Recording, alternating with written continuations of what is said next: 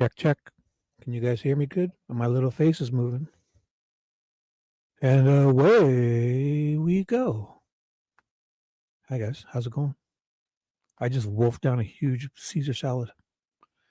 It was hardly a salad. It was covered in chicken breasts and bacon strips. How's everyone? You guys like that new chat overlay? I got the good, I paid for the good one because I ran out of hours already. Nope. Who do we got here? Let me see. Ooh, I can go full screen now because I got the chat overlay. And everything's presenting. You guys can hear me. And let's go back up to the top. So we got Mimi. Hello, Mimi. Then we have Nicole. A long time no see, Nicole. That live stream went well. I'm surprised at how well it went, considering the technical difficulties that were starting at the beginning. And also, that last end video was actually much better than I thought it would be, eh? So, then we got down to Alina. Hi. And Kelly Lou Brown. Hello, Kelly. And the anarchist. No, I'm just kidding. Anarch. Ja Rule. Jotan. Hey, Ja. So, I was thinking we'll probably maybe read. You guys won't be so long tonight because this is just a little impromptu. Because Nicole and I were live on another channel, Necessary Evil. Charles. We did a Flora thing, so today is the 21st, the anniversary of the terrible Flora 4 fires, the deaths. So,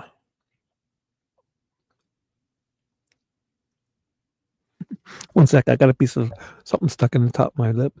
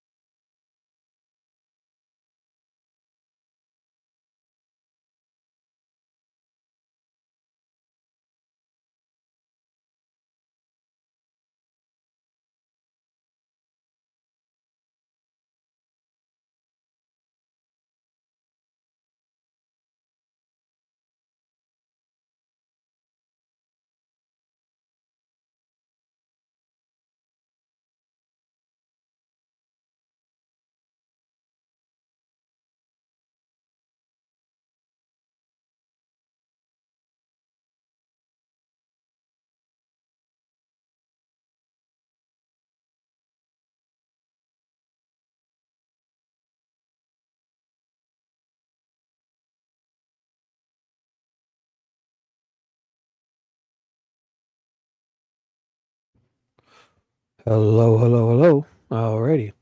So let me say hi to. We said hi to everyone except this late Lisa G. Lisa Late G. Good morning, Lisa. How about we read, I'm guessing this is Ryan Winter's second. Ryan Winters is the cop who received a couple months after the murders. Ryan Winters is the cop who received all of the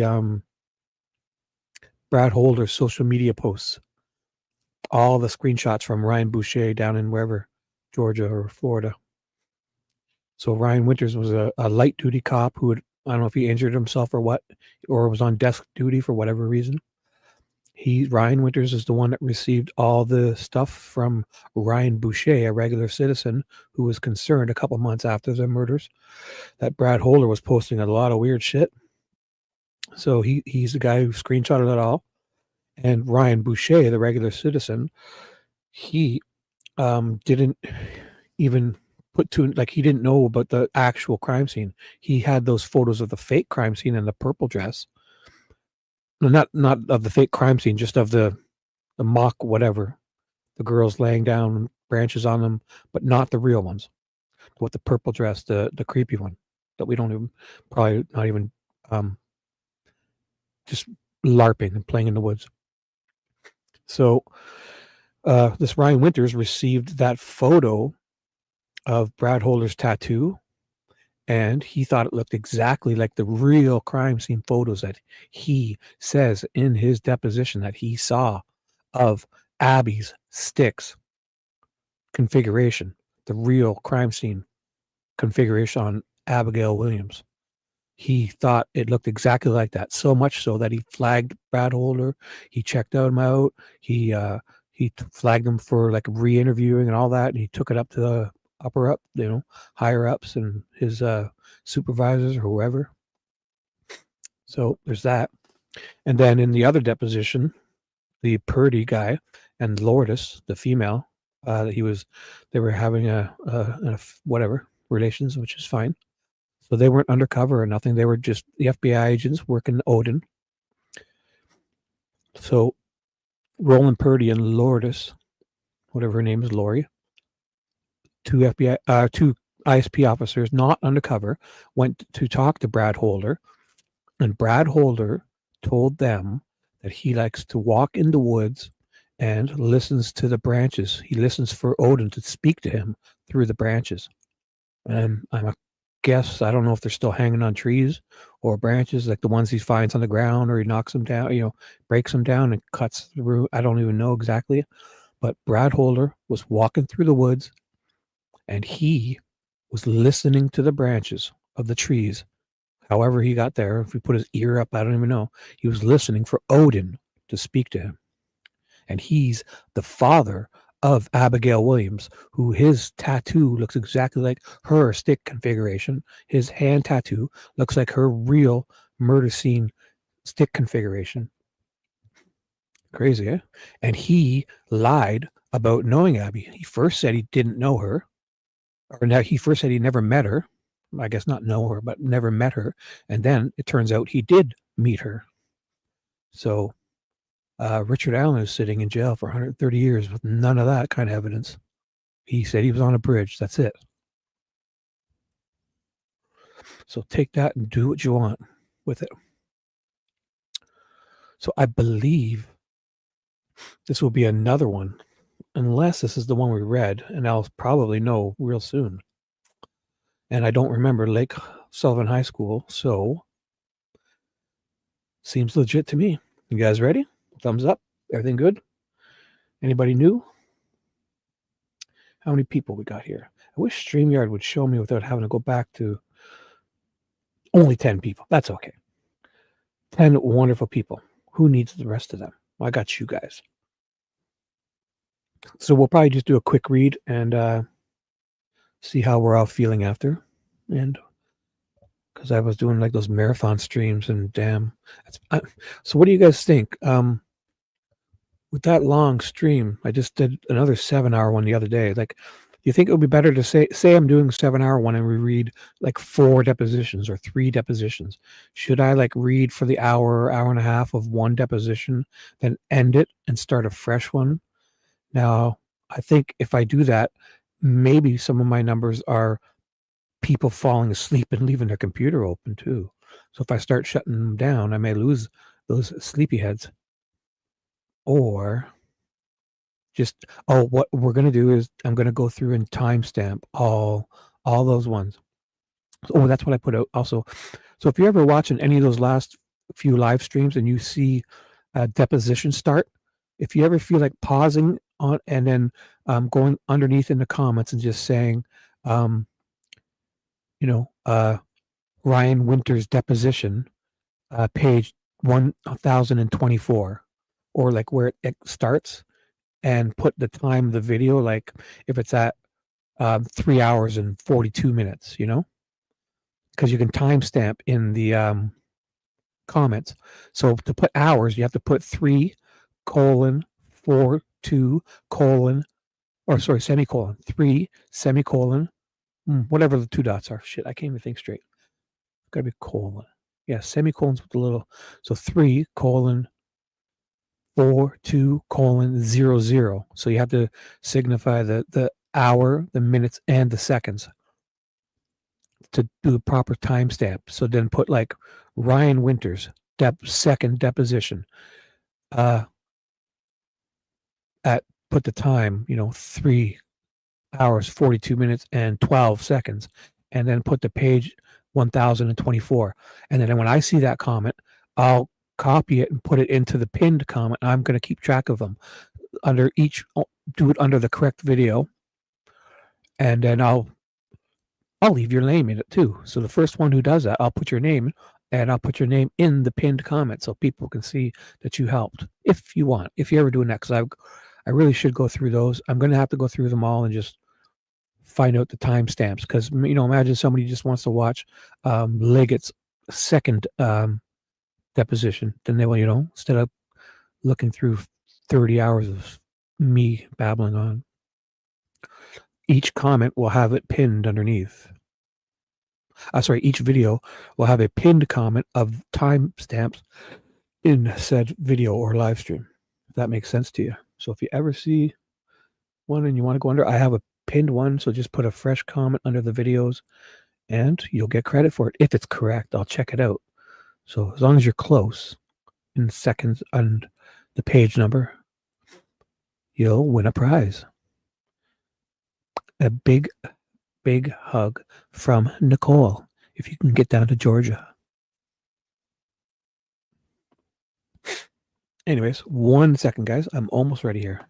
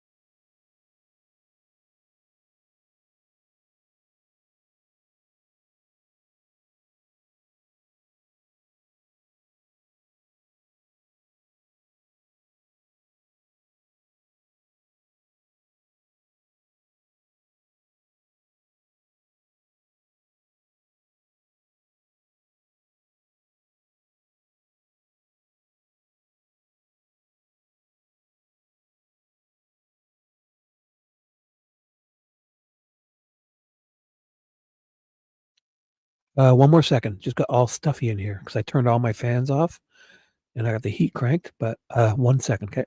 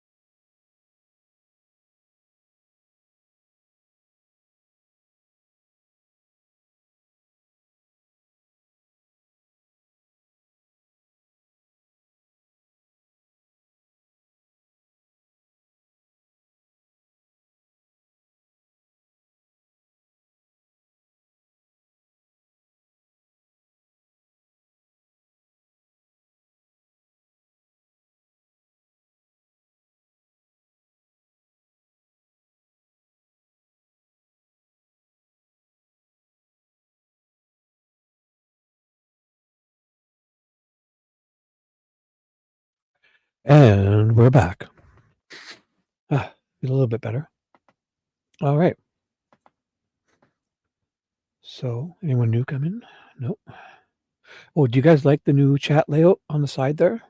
So then you can really go full screen, I guess, and see better or no? Or depending on what device you're on.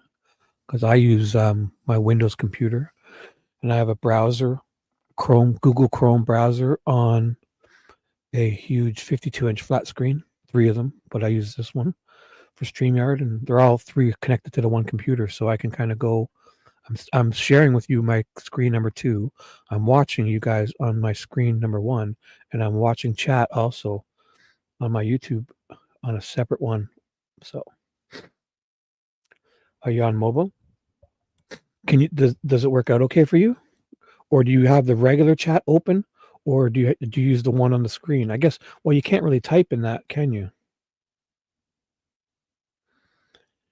I'm not sure how it works. Oh well, I like it like this, so too bad. So I believe this is Ryan Winter's second exam one, and what I'm going to do is write down this is what we're reading. 1 second. So let me just double check. So the index is examination 3. What does that mean? Okay, so let me check my notes. I'm actually having a note going. So Ryan Winters did his first one. I didn't write down, but I know we've read one. Wait a second. I know we've read one with this guy. So we're starting at page 1020, and this can't be the one we read. I don't remember reading up this high.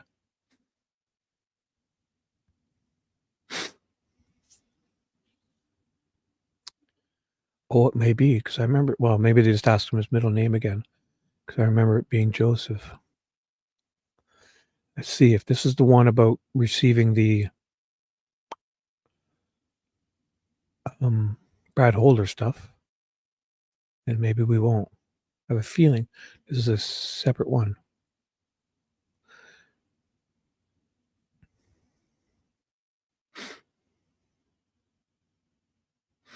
So he never went, oh, maybe this is it.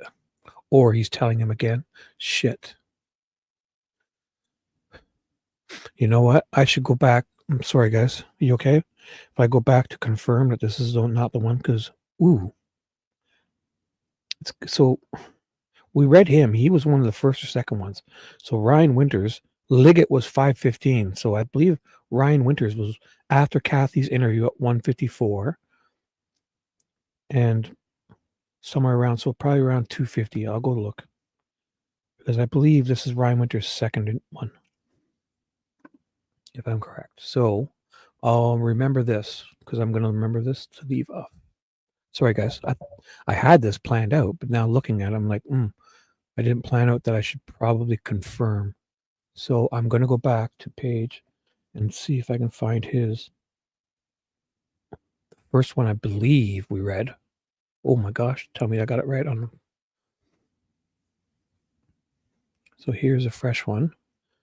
And we don't know who it is, so maybe we should just go to the end of it. Wait, what numbers? Sorry, guys.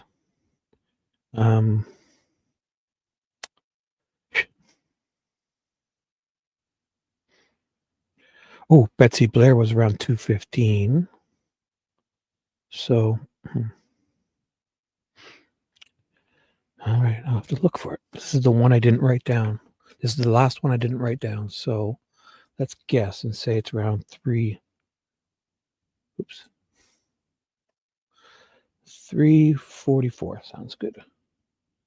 So usually at the end of it, we can see their name.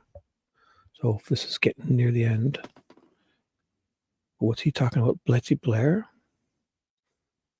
Mm-hmm. Shit. 2 minutes, guys.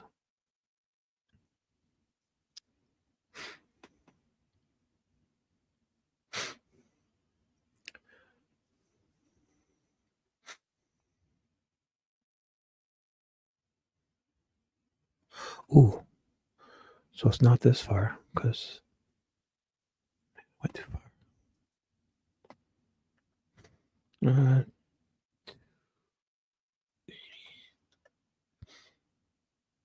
Mm.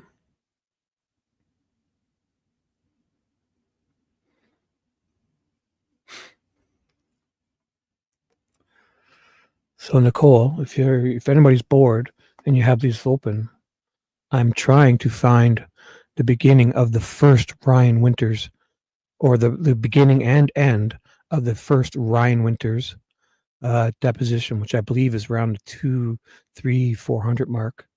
I believe. I don't even know. Because if I can find that first one, I'll know this one is the second one. And if I can't, then maybe. I don't believe we came up this high to read stuff. Yet he's the only one I didn't write down. And he's not redacted, so it should be easy to find him. It's right after Ryan Winters. His name is Ryan Winters.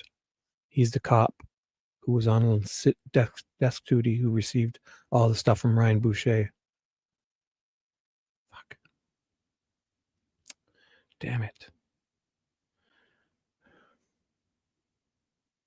Oh, I forgot. I could do that function.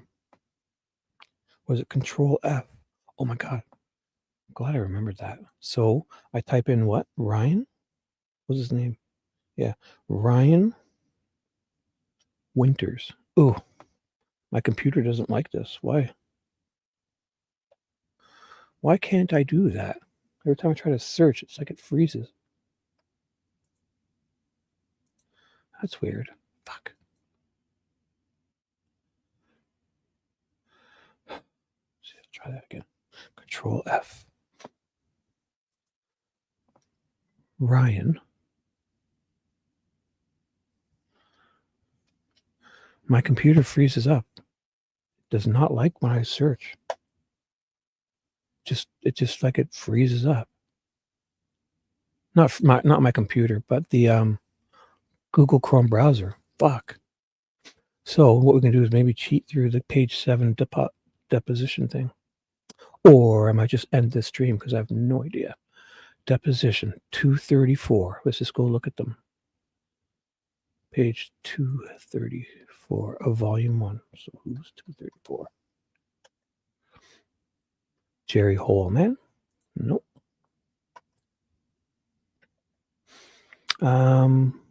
Facebook post.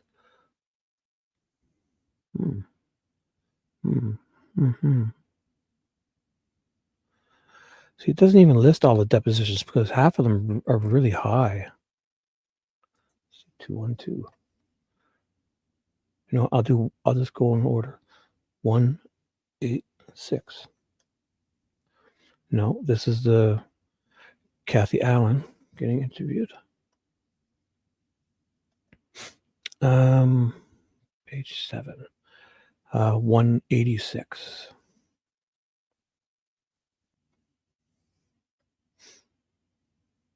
Oh, is that what I just did? Duh. Must have. 89. I highly doubt it's 89, but I will have to just to soothe my tiny brain. Ooh. No, this is that's Ryan Boucher. Getting closer. It should be right after this, because Ryan Boucher is the one who sends the photos to Ryan Winters.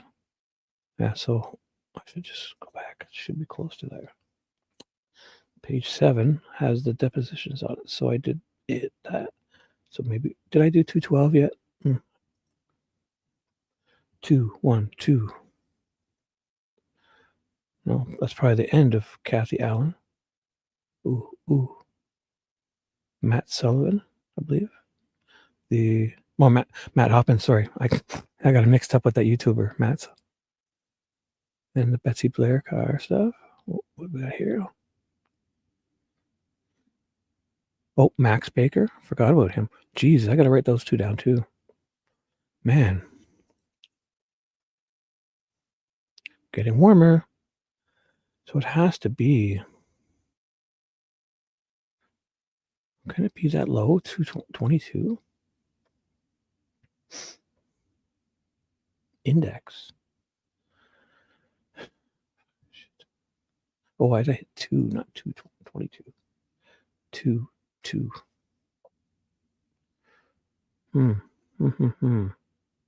Starts out redacted.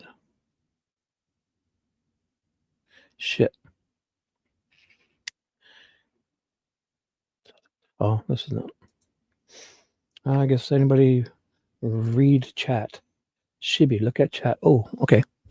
I'll read chat. What? But I slept since then. Who's after Kathy? Tobe? No. We're looking for Ryan Winter's first one, so I can confirm that this is his second one I was about to read you. Because, so I was looking for Ryan Winter's first one.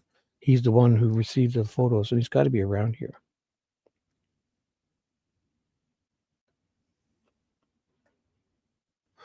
It's after all this. Because Ryan Boucher says it, and then we go right into Ryan Winters. I'm sure of it. His first one. Shit. Not a good start. See, if I did the proper thing and wrote him down the first time, like I was supposed to, this wouldn't be happening. But he's the one I didn't. Ryan Boucher. So this is the guy that sends the stuff to Ryan Winters. It's got to be here. Okay, I'll take my time. I mean, I'm not. You're right, Nicole. But I just feel weird because we could be. Oh, this was them checking. Oh, Ferenczi's letter or whatever. Or, yeah. Talking about his work. Brad Holder. Damn it. The only reason it kind of frustrates me is because I've done this already. So to have to do it again, I feel weird. 1 sec.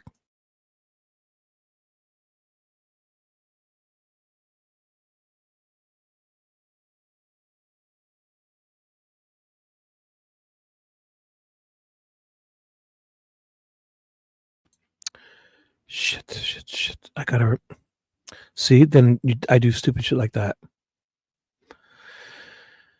I know that. I had that written down. Fuck.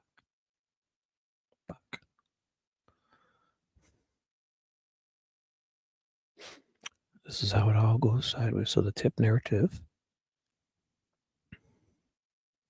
I guess none of you guys are writing notes, eh? Fishy, what's up? Bobby Boucher. So this is Kathy Allen's interview. I'm looking. If anybody cares to help, I've been looking for the last 15 minutes for Ryan Winter's first deposition, if anybody knows. Because I was about to read his second one, and there's no way my mind will let me read that all, not confirming that he had a first one.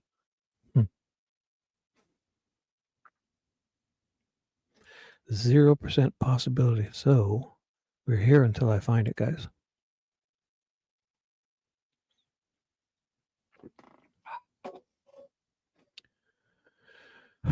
Shit.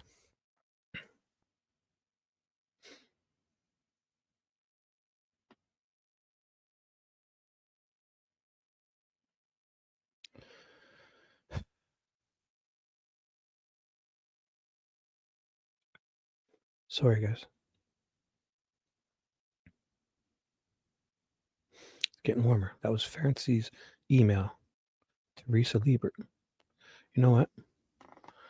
I'm sure I have that written down, but I'm going to do the smart thing and make sure I keep in track of this list because in the future, this will.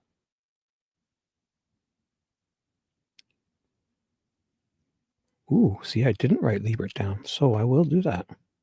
See, I'm responsible. So when next time I'm looking for this, 232, Teresa Liebert, affidavit.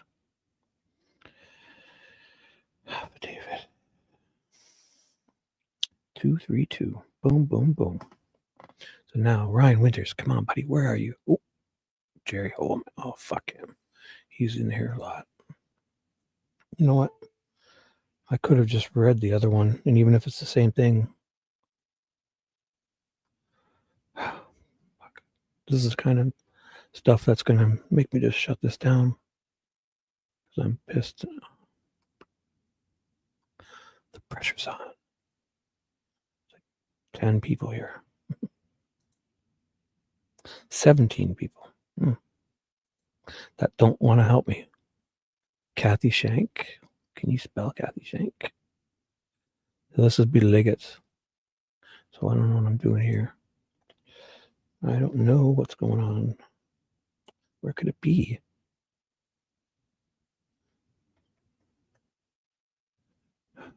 Before COVID. This might be it.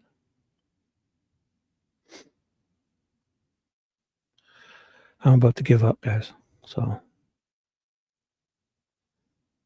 you guys don't have a computer to help me? Shit.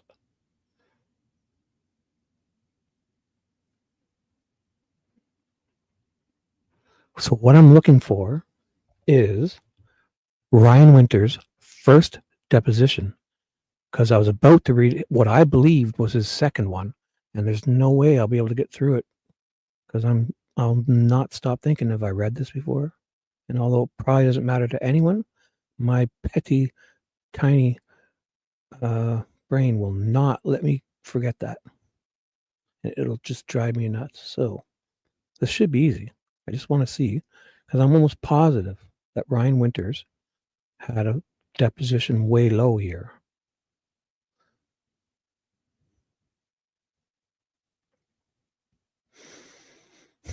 Shit.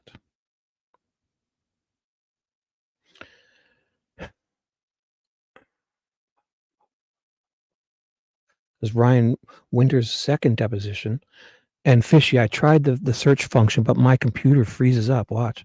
I'll prove it to you. So we're on page 237 now. I hit Control F. The thing comes down. I have Ryan typed in. And watch. Ryan Winters. And my thing's going to freeze up.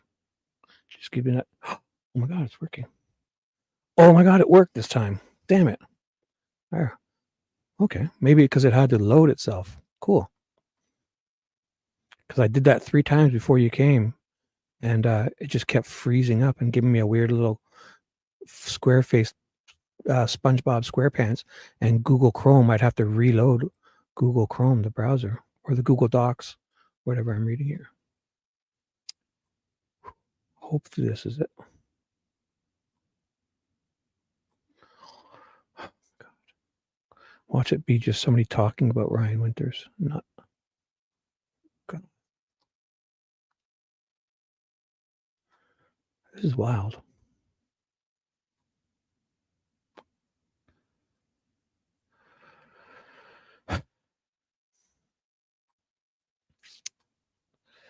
Shit. Oh my God. Do you think it would? It must just be someone talking about him because, or I give up. I'm going to quit, guys.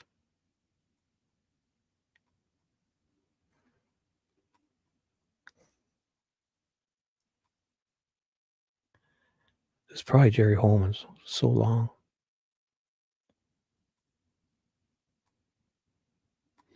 You know what? I'm just going to go read that one. Fuck this. Sorry, guys. Because I know where it is. I wasn't looking for the one I wanted to read. I was looking for the one I already read to confirm it's not this one. So, anyways. All right. Fresh start. Let's do this. What I believe. Oh my God. What the hell did I just do there? 10. 10. I went to 1020. Come on. Get your shit together. 10, 2, 0. Boom. There we go.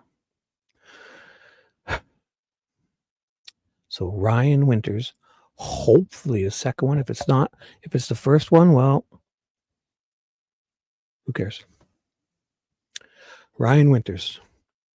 State your name. Spell it for the record. Oh my God. I feel like I've done all this.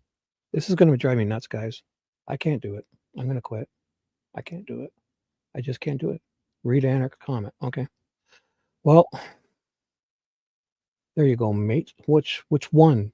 You know, you guys, if you want to help a person, you need to be specific because this is going downhill really fast. Like the other day, Nicole puts, read the comment above, and there's 600 comments above. Yes, Fishy, do not eat that sticker. It's not good for you. So, guys, I think I'm just going to shut this down. I'm deflated. Nicole's telling me to read Anarch's comment. Anarch has made 70 comments. It's just not happening. If you can't find it, skip to the next. But listen, you see, you're not even listening to me because I'm not looking for the one I want to read. I'm looking for the one I've already read to confirm that this is the one I want to read. And now I can't read this. So, again, if you listened to me half an hour ago, you would know that. But hey, I'm not crabby. You guys just don't understand. Okay, here's how my brain works. I'm going to read you Ryan Winters' thing, but I've already read one from Ryan Winters. I have a feeling this is his second one. So I'd like to find his first one to confirm this is the second one. Because all this whole deposition, I'm going to be thinking, have I read this before? Because the questions are similar. And it just ruins my day. And yeah, it's me, but it's not because I'm crabby. It's because I'm maybe neurotic. It's not crabby. Anyways, fuck it. Fuck it. No, we'll do it live. No, fuck it. I won't write it. We'll do it live. I skip his name stuff because that's going to try about this. I'm Andy Baldwin. Good to meet you. Nice to meet you. Name sounds familiar. Have we? We may have run it. Yeah, we may have run into each other at some point. I've been doing this a long time. How long have you been doing this? Year 21. Where are you from? Originally. You know what, guys? I think I'm done. Because I know I've read this. So I will go to the very next one that you guys aren't going to help me find, obviously. Oh, God. Maybe I am crabby. It is 3:30 in the morning or whatever. I can't do it. I quit. I'm a big baby. Boo-hoo.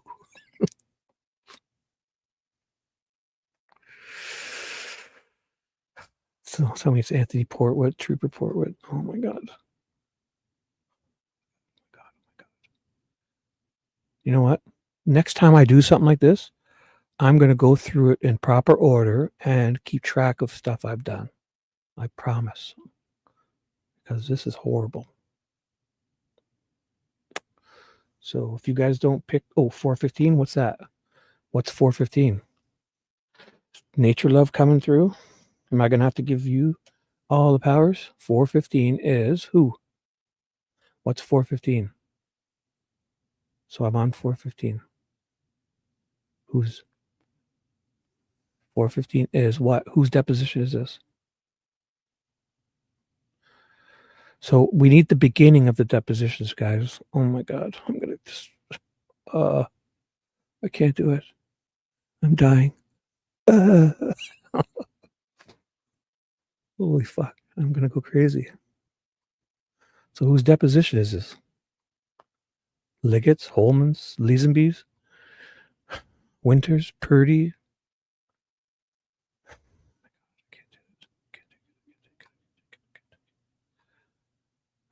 I wasn't looking for the name. I was looking for the deposition, the name, the beginning of that name, the deposition to confirm that I'm even right. Because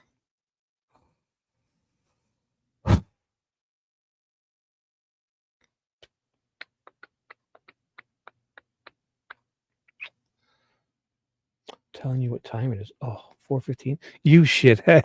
Oh my God. Oh my God. That's it. I quit. 4:15. If it's 4:15, I don't even know what time it is. It's 4:15, but yeah, when it's the time, it's got a little A and a little M. You guys are having fun, aren't you? You guys are loving this. Oh, now I'm not going to let you get to me. Oh, I'm going to find it now. You guys fired me back up again. Let's do this. Fuck it. I'm just going to go read his fucking deposition. Damn you. Damn you all to hell. Fuck it. I'm doing it live. Don't fucking write it. I'm doing it live. I'm going to write it. It's not going to bother me. I'm not going to think about me reading this before already. I'm not. Let's go. Yeah. Is that in Vico, Sullivan County? Yeah, south of Vigo. Yeah, it's about 20 minutes south of Terre Haute. I had a weirdo case out there in Sullivan. See, a weirdo case. I've read this. I can't do it. I can't do it. I can't do it. I can't do it. Can't do it. Sorry, guys. My brain won't let me because these are all so familiar. Maybe he's only got one and I'm even wrong. This is my problem in life. I'm not even sure he has 2 depositions. Troy Fisher met and dealt. We met. Also, I could be getting screwed up because Baldwin feels like he's asking the same questions kind of to people or the same people twice. I don't know, guys. I need a break. I'm just going to take 2 seconds. And if you guys want to find a fresh deposition to read, I'll read it. If not, I'll be back in 2 seconds to probably say bye.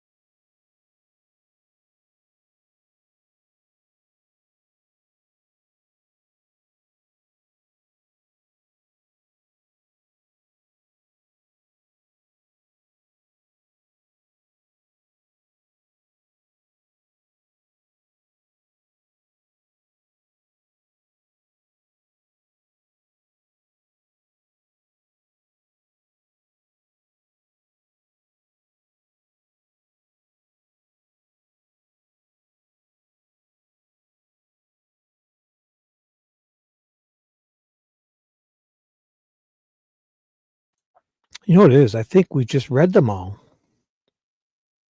So that's why it's driving me bonkers. And I thought they were lower than these are because I didn't write them down. I'm assuming these are the second ones, but these are the ones we probably read before because this is Portwood. I can tell this is the same one. He's redacted. This is Anthony Portwood because he's redacted again, and then they end up doxing him. So I don't know. Nicole, you guys know what I've read. I think maybe I've read all of this. So that's why it's driving me bonkers. And my show's over. My career's over. Ooh. Isn't there other documents that we haven't looked at? All Eyes site? How about we do that? Why don't we just spend the rest of this dumb show deciding what I'll do properly on the next show? Does that work? Like, who's the fishy? Who's the smart people here? Do we go to All Eyes site and get like fresh docs? I don't even know. I'll read anything. I just don't like reading the same stuff. I'll read it something twice, but not as many times as I think I've read this stuff. I think we're beating a dead horse here. I want something fresh, new, exciting. I want to feel young again.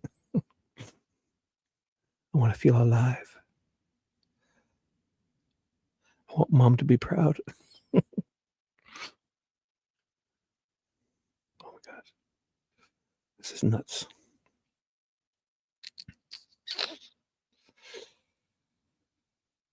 Yeah, so you guys find me something. Find me something to read. I'll read it. Damn it. I will read it. I just can't do that. Problem is I thought all day long, I guess I tricked my own mind that was Ryan Winter's second one. Then when I started reading it, it sounded so familiar. So then that's when my neurotic brain made me want to just go find his first one to confirm that was his second one. But more than likely, that was his only. I'm looking for his other one when there's only one. Oh my God. Oh my God. Yes, this is who you follow. They're not all going to be home runs, guys. Get used to it. Okay, nothing in chat. I agree. All eyes. And these fuckers are redacting shit too.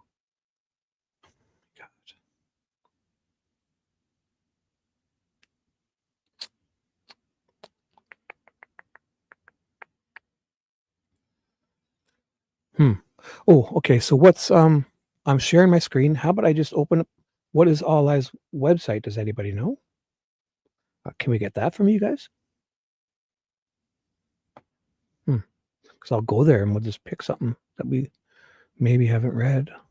I could read maybe some of Jerry Holman's because I did read that on Peggy's channel. So if you guys would like that, that's one of the only ones I haven't read, but I kind of was skipping it. So does that sound fun? Now, I swear to God, if I didn't write that down, I'm going to shit my pants. Because, oh my God, I didn't. I'm an idiot. I'm a horrible human being.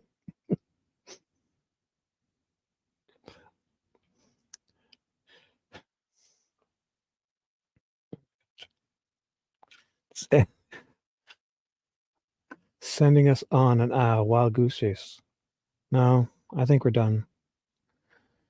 Now I can't even find the one I wasn't going to read that I knew that I passed 3 times.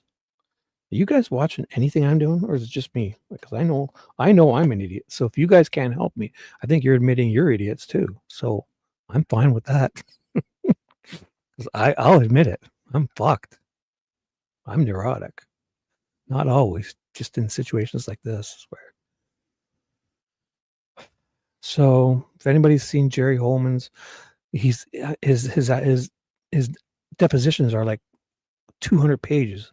They're all up in this, and now I can't find them because I'm just dropping a big turd sandwich right here.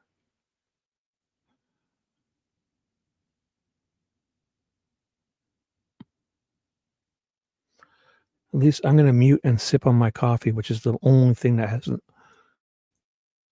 disappointed me yet.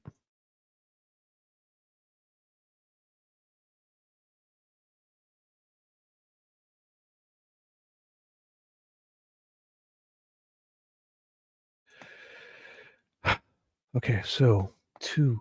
You see, you guys, the Control F doesn't work because if I search Jerry Holman, his name is in here 1,000 times. So I'm listening to Kelly Louise Brown. I'm going to 2, 3, 4. I'm looking for the beginning of his deposition, not his name 100 times. Boom. Okay. Kelly Lou Brown, you're the star. So next show I'll get prepared. I really thought I was prepared when I started this. Turns out I wasn't. I even upgraded to I paid for the good StreamYard because I literally ran out of hour stuff already. I used up the whole 20 hours already, and I've only been on for like 2 weeks or a week. All right. Fresh start. Thank you, Louise. Where are you? Let's get you up on the screen. You earned it. You've earned a spotlight, girl. Not because if I was looking for the beginning of Jerry's deposition, if I did Control F and search Jerry Holman, it's going to show me 1,000. It wouldn't take me here, right? It would take me to his name written every time. Ooh, is it that specific? Control F deposition. If I did that, it would yeah. Last night I thought I did one the night before. I did 7 hours and 22 minutes, and then last night I did 7 hours and like 55 minutes. But I was having fun. So, and tonight Nicole and I did a live about the floor 4 on Charles's channel, and it started out horribly. Because those two were both having mic connections, and it seemed like it was just me, and yet I had perfect connection, yet I didn't know very much about 4.4, but it actually turned out very well. I'm shocked. So that's the only reason I'm here now. Thank you, Kelly Lou Brown. You're going to keep me company on screen, okay? You're my new safety blanket. Forget it, Nicole. You're out. Kelly Lou Brown's in. All right. All right. State your name. Dick Jerry Holeman. Holeman. And Trooper Holeman, I know you've taken depositions before. I've got to assume you have. Yep. Just a couple things. Make sure you know you speak out loud and audibly and try to avoid all the ahs and yeah. Indiana State Police. Can we just get to the good stuff? How about that? This is getting... So in what capacity are you currently employed with the state police? Currently, I'm here's the boom. Kelly Lou Brown saved the day. I've been looking for this too. Ooh, this would be where I should write. This is responsible Shibby. Opening his iPhone, going to the note that he keeps track of all these things, writing down Jerry Holeman.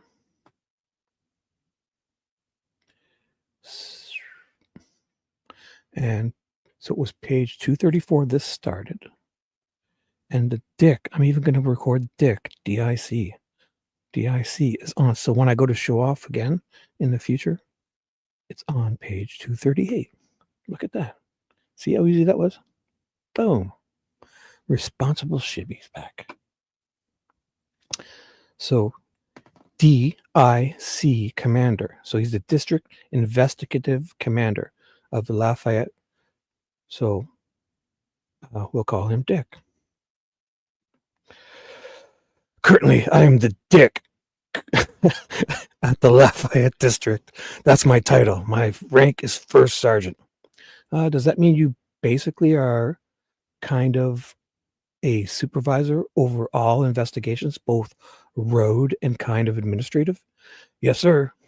Detective type work? Yes, sir. Okay. And in what capacity were you employed with the state police in February of 2017? The same. I was the Dick. I was promoted probably because it was in 2016, July 2016, to the Dick position. And in the course of your duties as a law enforcement officer, just entirely, have you ever been disciplined for any kind of misconduct? No, I have not. Yeah, I'm perfect.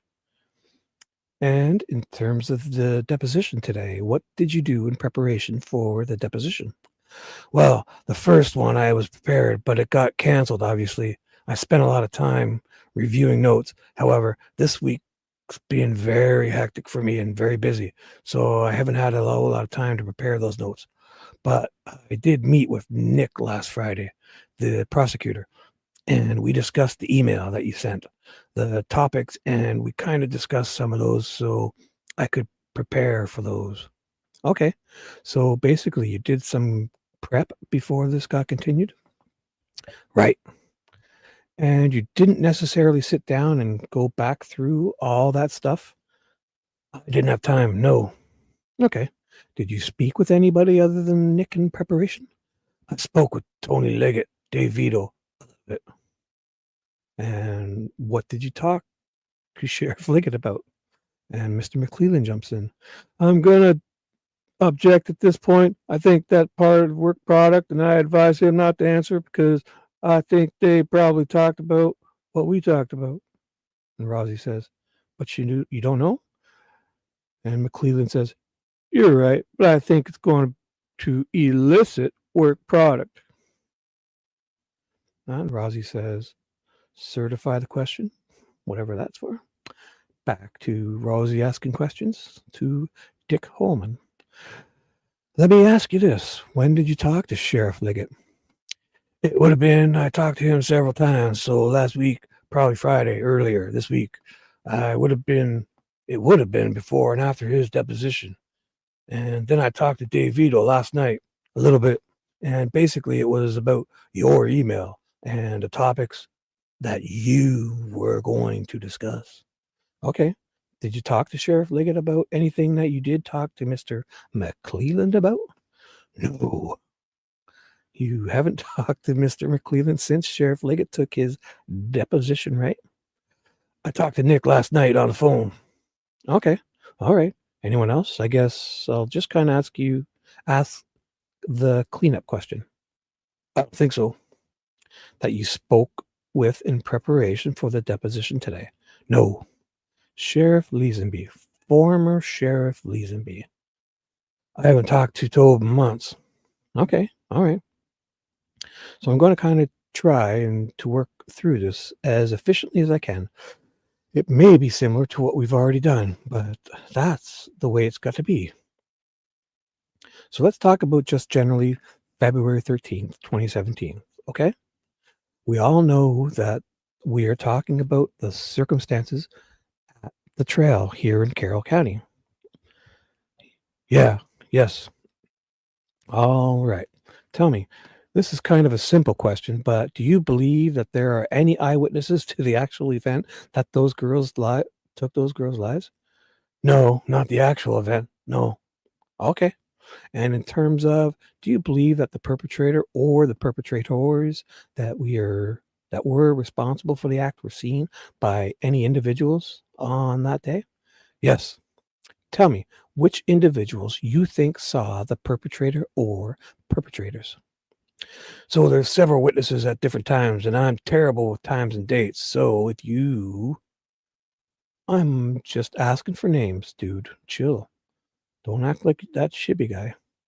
Okay, if you want exact, so there was a group of girls out there, high school or middle school girls. I believe it was Anna Spath, Riley Voorhees, and then a younger girl that we didn't release her name or interview. She's like 6 or 7. Anna Spath, Riley Voorhees. There was one more. I can't think of it right off the top of my head. Bree Wilbur, I think. But there was a group of girls that were together that saw Mr. Allen. You believe the person they saw was Mr. Allen? Yes, I do. Let's cut to the chase, dude. Yeah. Okay. All right. So that's one group.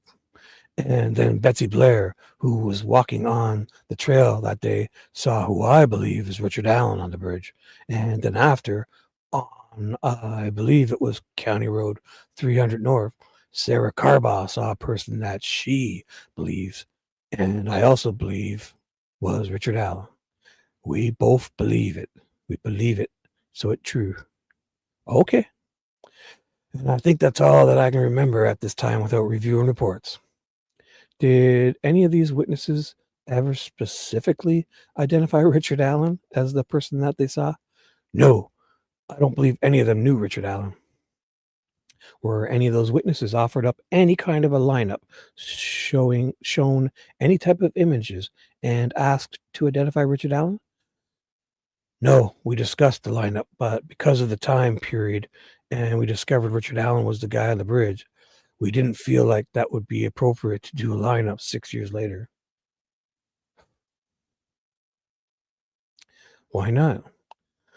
Just a lot changes again. We as a unified command and Prosecutor McClelland, we discussed lineups and we just didn't feel like that lineup would be appropriate. Were you concerned that one of them might not identify him? I mean, obviously that's a concern, but I think it's more trying to have them recall those events 6 years later. So he's concerned that they won't identify the witness, but I mean, if they can't remember the witness, he should be happy. They don't, because then that means, you don't, not happy, but they just want to push for a conviction at all costs. You had spoke with these people on a number of occasions during the course of the investigation, right? I have not spoken to, your investigative team? Yes. I mean, these are people you almost maintain constant contact with as you were working through this investigation. I would say that yes, there was not constant but frequent. I would use frequent contact with the eyewitness. So there were opportunities to kind of refresh their recollection about what was going on just because you were talking about the case? Oh, yes. But you concerned that they may not be able to make an accurate identification if you were to offer that up to them? I think that's an appropriate statement. Yes, we were afraid that because of the time frame, they wouldn't be able to give an accurate depiction of the person that they saw 6 years ago.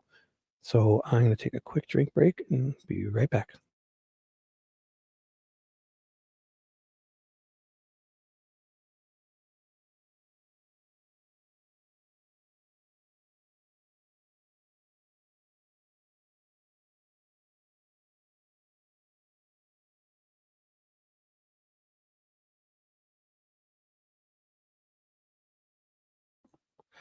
Ooh, coffee's perfect. Anyone new come to chat, guys? One Ryan Boucher. Anything going on? I need eye drops at all this TikTok. Oh, there we go. Nicole, thank you. Caught fishy's eyes. Commander, that's what they used to call me back in high school. Dick Commander. Oh, that's not bad too. I'm torn here. Has Nicole been up on stage on the screen? Because I kind of like Dick Fishy's Dicky joke. Dicky Fishy's joke. I'll have to go with Nicole. She's been cool. Okay. Full screen. If that would have happened, hypothetically, that would have made your investigation more difficult. If they were able to. Yeah, no. If they couldn't, they couldn't. Absolutely. They couldn't? Absolutely. I mean, it's a pretty memorable event. You'd think we'd have remembered the guy came and talked to us 2 days after. Correct. Yes. Okay, let's talk about the timeline in this case. Okay. Are you generally familiar with what I'm talking about when I say timeline? I'm talking about basically February 13th from, let's just say, I'm picking broader ends, maybe 10 a.m. to 5 p.m. Is that, yes, you generally know that I'm talking about, you generally know what I'm talking about when I'm talking about the timeline. I do. Okay. Do you believe that your timeline that has been kind of created, I'll say, is an accurate one? Yes. Okay. Did you specifically play any role in creating that timeline? Collecting data and briefs with some of the other people that collected that data, yes. But as far as putting the timeline together, that was done by our intel analysts. Okay. Can you tell me what that means? Because that's the first time I've heard that phrase. Intel analysts? Yeah. It's an analyst that we have that helps us with our intel agents gathering. Who is that? Her name is Stacy Gosnell Day. And there's another one. His name is Jazz. His name is Jasmine. Not Jasmine, but Jazz. Jazz and the MUNN. Jazz hands. Are these law enforcement officers? They're employed by the Indiana State Police, but they are civilians. Okay. So where does Miss Day work? Indianapolis. All right. And Mr. Jasmine? Indianapolis? I guess just tell me generally. I've not ever heard of these people. Oh, okay. Either individually or this particular, I know, intel analysts. Oh, what do they do? Their names are not going to be in our reports. Okay. But any work they do, like the timeline, they'll be responsible for that. So tell me what they were tasked with. Gathering intelligence. If we got a tip on somebody, they would give us information, address, phone numbers, work history, criminal history, anything that we need to help us investigate that tip. And then also at some point, they helped us with timeline. Okay. I don't want to beat this with a dead horse, but this is all totally new to me. And maybe I just have not observed it in Discovery, actually. But so you were saying that there's not really any reports with these peoples? Not really reports with these peoples? We're not allowed signatures on them? Yeah, we are not allowed to put their names because they're intelligence. We are not allowed to. So we got a page of redactions. And Jerry's continuing, probably a really long-winded answer. Now you put that with Kelsey's statement, other people's statements, and all that. That gives us an accurate timeline. Ooh, so But the whole page here is his theory, how he remembers the timeline. Oh my God. And this would have been before court too. So maybe he said something in here that they didn't want to stick with. But the defense would know that, right? So just because they redacted it doesn't mean it's redacted from our eyes, not.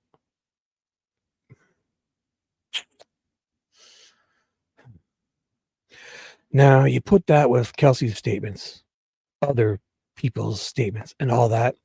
That gives us an accurate timeline. So we gather all that information.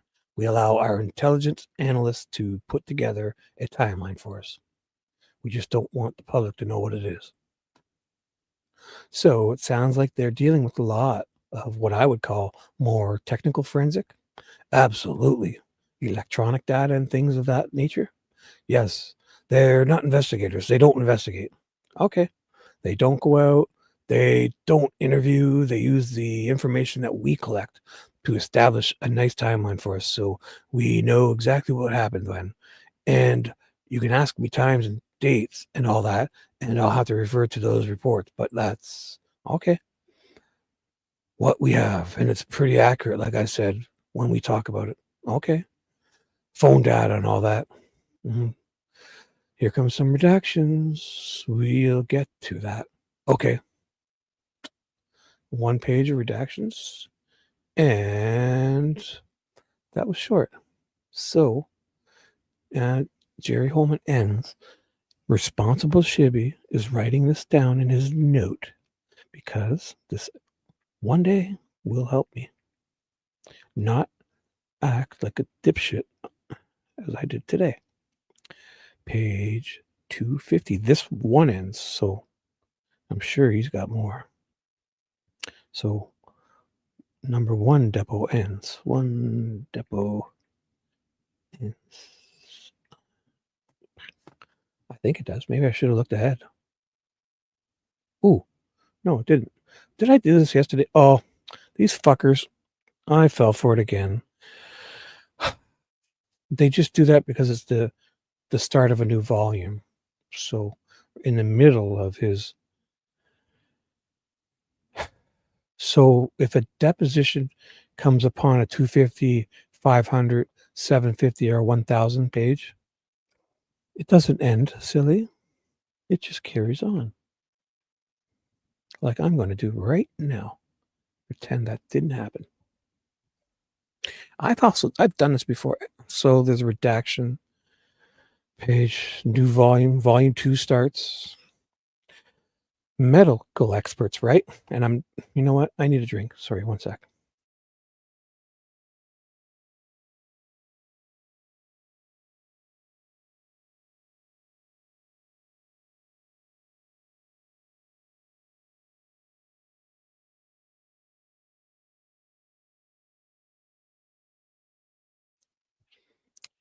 And I'm back. So, are you guys laughing at me? It was cold. The water was cold. What are you laughing at? I'm a grower, not a shower. There we go. Whew. Yes. It's not out of the realm of possibility. No, it's not. Yes. In this case, that never happened. Nope. Was there ever any discussion about why that wasn't attempted amongst? There was. Yeah, there was. The rank in files, so to speak, or the brass, I should say. There was a discussion. I don't recall. I can't recall the reason why, but I was told there was never a time of death given, except the one the prosecutor uses in his whole narrative, in his whole the basis of his conviction, resulting in a 130-year sentence for a innocent man who had nothing to do with this. So did anyone ever suggest that, hey, we should have done this at the crime scene or with the bodies, or we should have done that at the crime scene with the bodies in order to help us create a time of death? Or have the ME maybe check the measure and do everything we see on TV, maybe check certain bugs or whatever, temperatures and core temperatures and no, I think our crime scene investigators would have been able to determine that. I mean, that's something, beyond an investigator would at the time think. So I think we would rely on our crime scene investigators. There was multiple crime scene investigators out there. And if the ME doesn't give too many specifics, it makes it really easy for us to just spin a fairy tale narrative, you know? Those pesky specifics and details always get in the way of a good narrative. Somebody, I think yesterday, it might have been Andy here sitting next to me, might have asked the question about taking temperatures or something of the bodies when they were discovered. Are you familiar with that technique? He's never seen it done? What? Is he saying this? Really? He's never seen them take the temperatures of the body to determine core temperature, say? Wow. The nerve of this fucking guy. He's like the lead. I've never seen it done, but I'm familiar with that being a technique. Yes. Oh, he's never. Oh, he's familiar. I'll let you off the hook. I should have read. Yes. Was that done in this case? If you know, I do not know. Wow. Okay, this one I'm going to hold you on. If you don't know if that was done, it was either. If it was, you should really know, and if it wasn't, you should really know. I do not know, but you'd have to check with the crime scene investigators' reports and, okay, ask them. You're kind of loosely referring to CSI investigators in a plural sense. Just tell me the names of the two. I think I know, but actually there's more than two. Okay.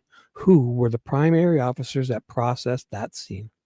Brian Olahay, who was since retired from our department. Jason Page was there, and Dwayne Datsman. Dwayne Datsman and Brian Olahay are from the Lafayette Post.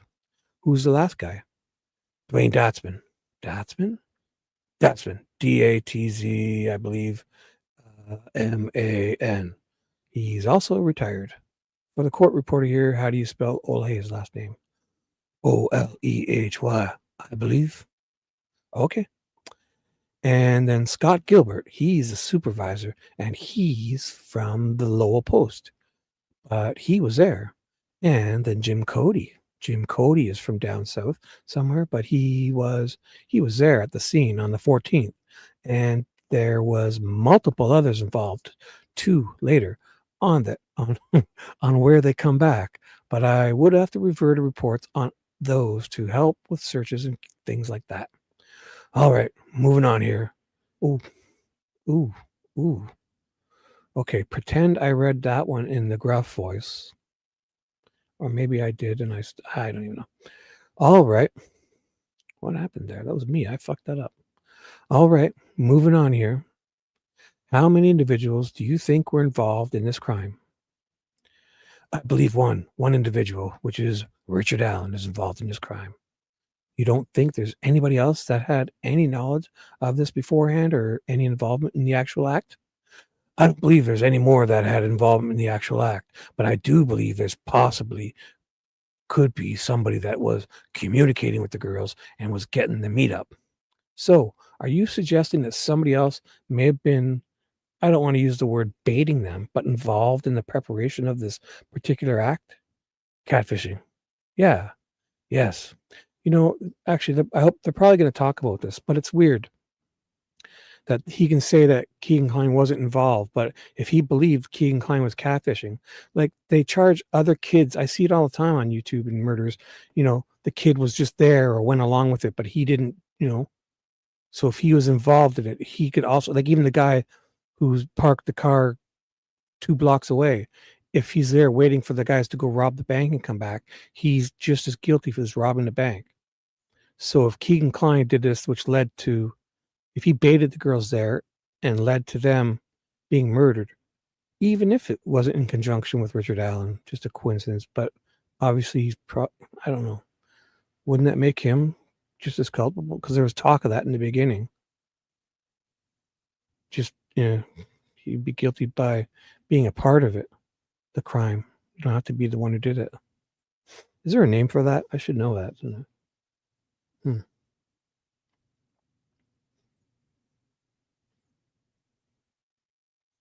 You know what? I'm going to take a quick drink because my coffee is awesome. And I think I'm back in a good mood. So what I should do is remove Fishy from the screen because she's been laughing at me for like 5 or 10 minutes now.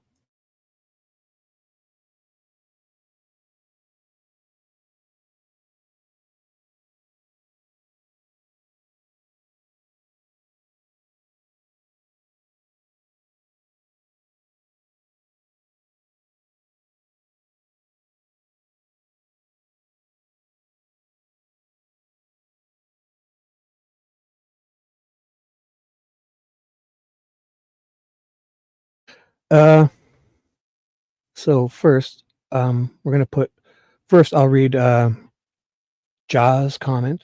Anybody else here? How many, does it say there's people here still? If there's, it says 16, I guess. I don't know. That's not bad considering we start at 3:30 a.m. my time. So Ja has said, "You're welcome, Shibby. She has the patience for that. LOL." Very nice comment. Ooh, 1 second.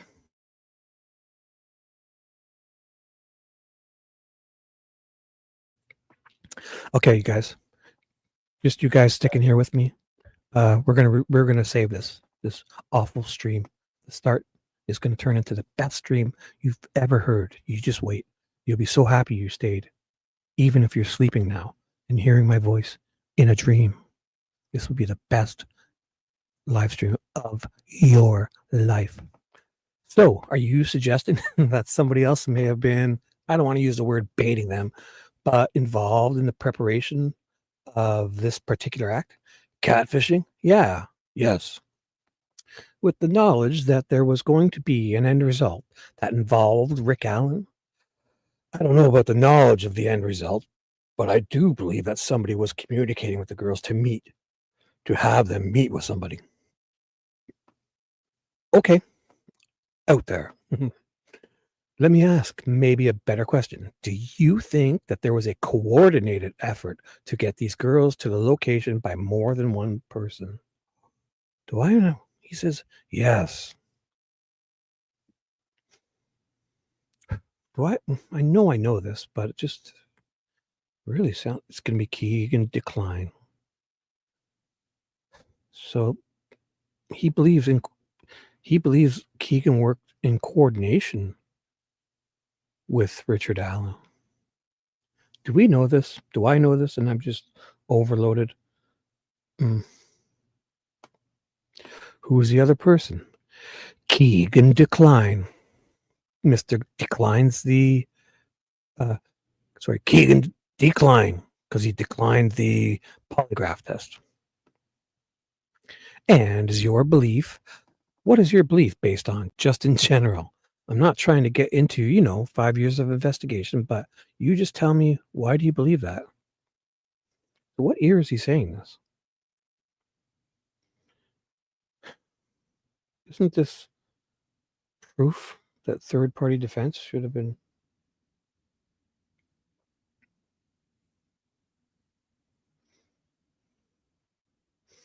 I haven't really had hiccups, but I'm kind of drinking a huge coffee and I'm basically laying down in my recliner. I'm kind of slouching. And my belly's not kind of sticking out now. Definitely not now. Okay, where were we? Before I was so rudely interrupted.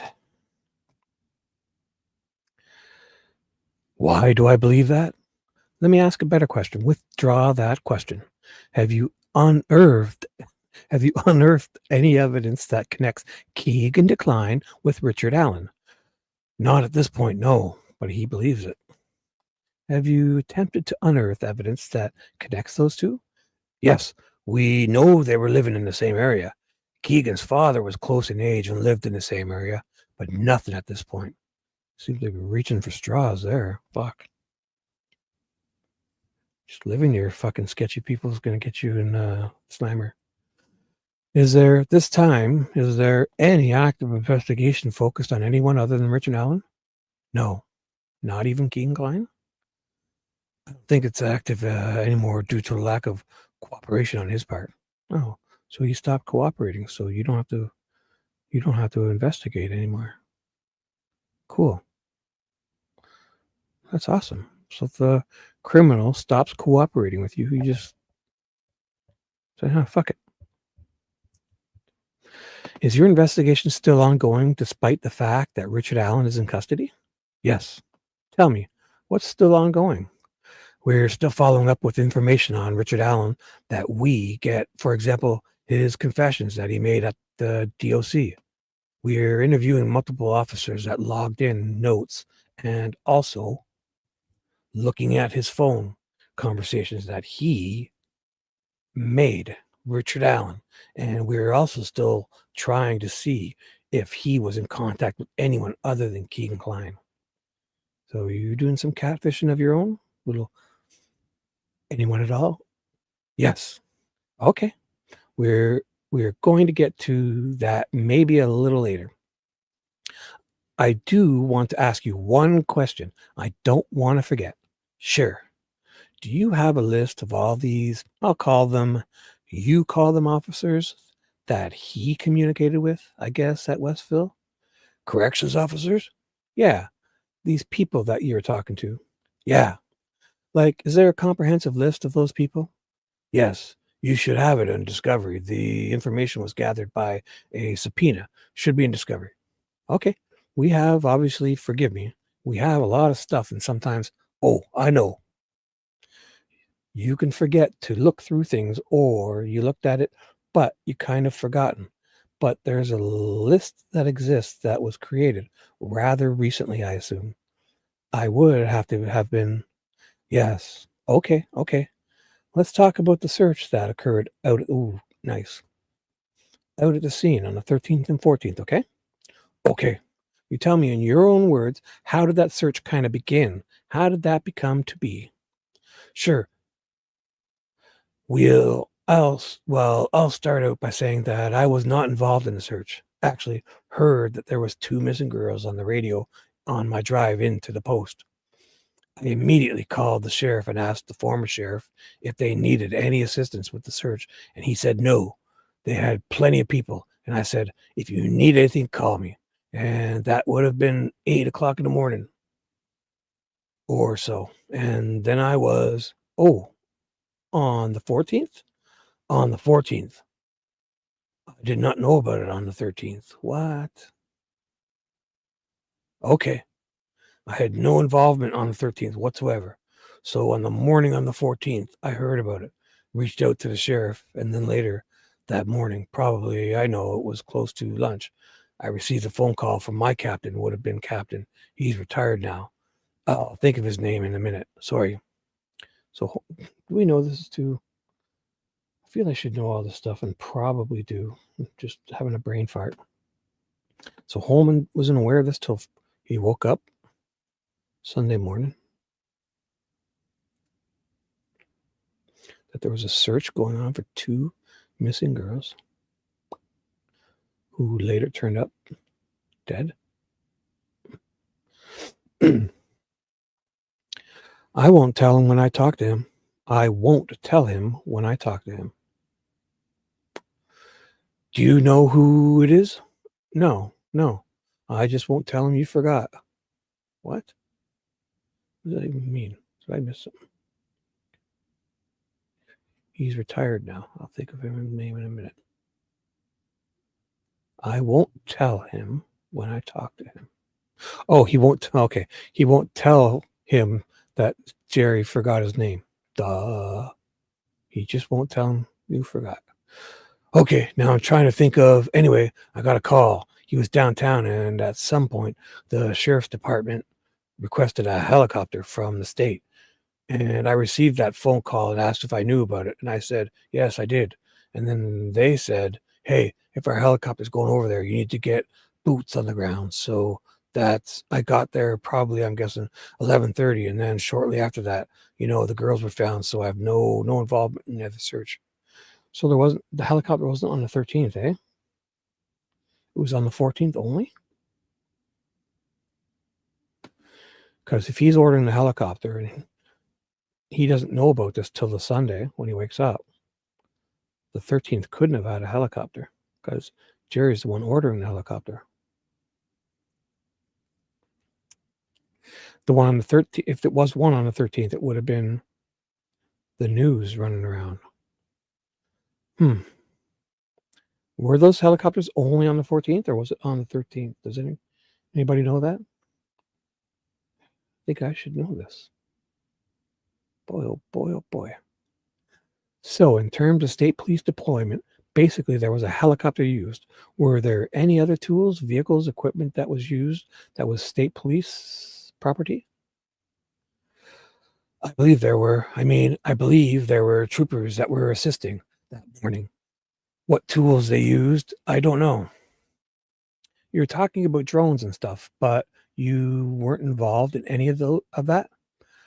I don't think the state police had drones at that point. They didn't have drones. Come on, bullshit.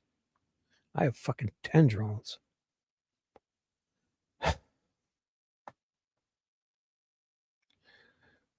We do know, but I don't think we had drones, so we would not have deployed the drones. Any kind of ATVs or anything of that nature? Not to my knowledge. I don't think we have. Well, we probably do, but I'd have to. Okay, watercraft. There was some talk about that. Anything from the state police?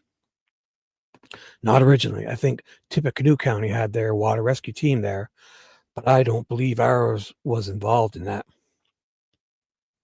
And when you got to the scene, I think you said about 11:30. Is that right? I got to not the scene, the area. Yes, the old fire station was where they were having all the search parties sign in and things like that.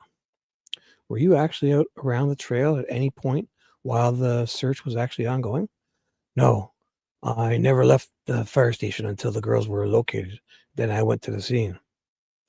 So when you got there, the search team, in a general sense, was not active at that point. It was just law enforcement. There were still people walking around out there in the woods at that point looking for the girls. 11:30 in the morning? Yes. Well, when you got to the scene, there were still people looking. They were coming up the hill. Okay. So when you say, maybe I'm confusing you, but when you actually physically went out there, yes, you went out there because they found the girls. Yes. All right. There were still some people out there that were part of the search team. The search party that located the girls were still in the area. Okay. They weren't necessarily down where the girls were located, but they were before I got there. I got there pretty quickly. I don't know exactly what time it was, but there was only a few other officers that were there. And at that time, they were trying to secure the scene, put crime scene tape up, things like that. How big was this search team that found the girls you just referenced? If I remember correctly, without reviewing my report, there was technically 2 teams. So if you were familiar with their Deer Creek, on the other side, there's a driveway going up to the Weber residence, and there was a search party over there. I don't know how many, I can't remember. But they had noticed some articles of clothing they thought in the creek and in the other side of that ditch bank. So they somehow, I don't know how, communicated with the team that was on the other side of the creek. And that team was the team that located them. One sec, sorry.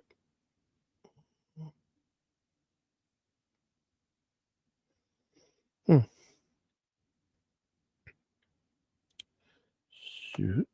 One sec, sorry. Okay, I'm back. So were there law enforcement officials as part of those teams? No. You think they were all civilians? I believe so, yes. Oh, shit. Sorry. All right. I believe so, yes. Did you, at any point in time, yourself ever sit down and speak with each of those individuals? No, I did not. But you think each of them had been consulted by law enforcement at some point after this? Yes, I do. Every one of those people in each of those teams. I could tell you the main search party members. I think off the top of my head, I could tell you their names. And I know for a fact they were interviewed. And I'm pretty sure they were interviewed multiple times. Do you want their names? No? Okay. Do you have a list of them? I mean, I know that it's part of the discovery, but but do you have a comprehensive list of those two? Oh, yeah. You're talking about how many people in total between two search teams? I don't know about the one on the other side, but I think there was 4 or 5 in the team, so actually located the girls. So they had a team on each side. That fucking one team walked around that one side for 5 hours and didn't find them there. Wow. Wow. So you're talking about So you're talking about the north side. I think that we've been referring to as the north side, but the trail side of the creek, I guess. Yes. The Mears side of the creek would be one good way. Yes, sir. And the other side would be the Weber side, basically. That would be a great way to describe it. Yes. I'll try to remember that. Oh, okay. Let's move on. Let's talk about voice data. So we're all familiar with that. There is this particular recording of this phrase, down the hill. You know that we are talking about, you know what we are talking about, right? Yes. Was there ever any attempt to analyze the actual audio associated with the recording? Yes, there was. Tell me what that attempt was and what the results were.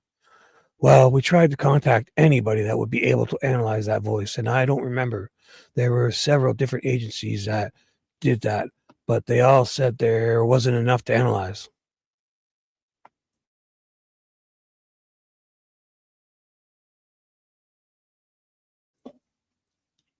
So the length of the audio recording was just not enough.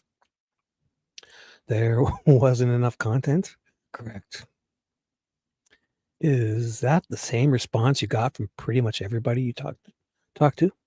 Yes, actually, I don't remember the company's name that actually tried. The rest of them did not. I'd have to look at a report to tell you exactly that company that attempted, but they said the same thing that the other companies told us. There's just not enough. Because we told them how long it was, and they said there's just not enough. Where was the company that tried? Michigan. You don't remember the name? I do not off the top of my head. I'm sorry.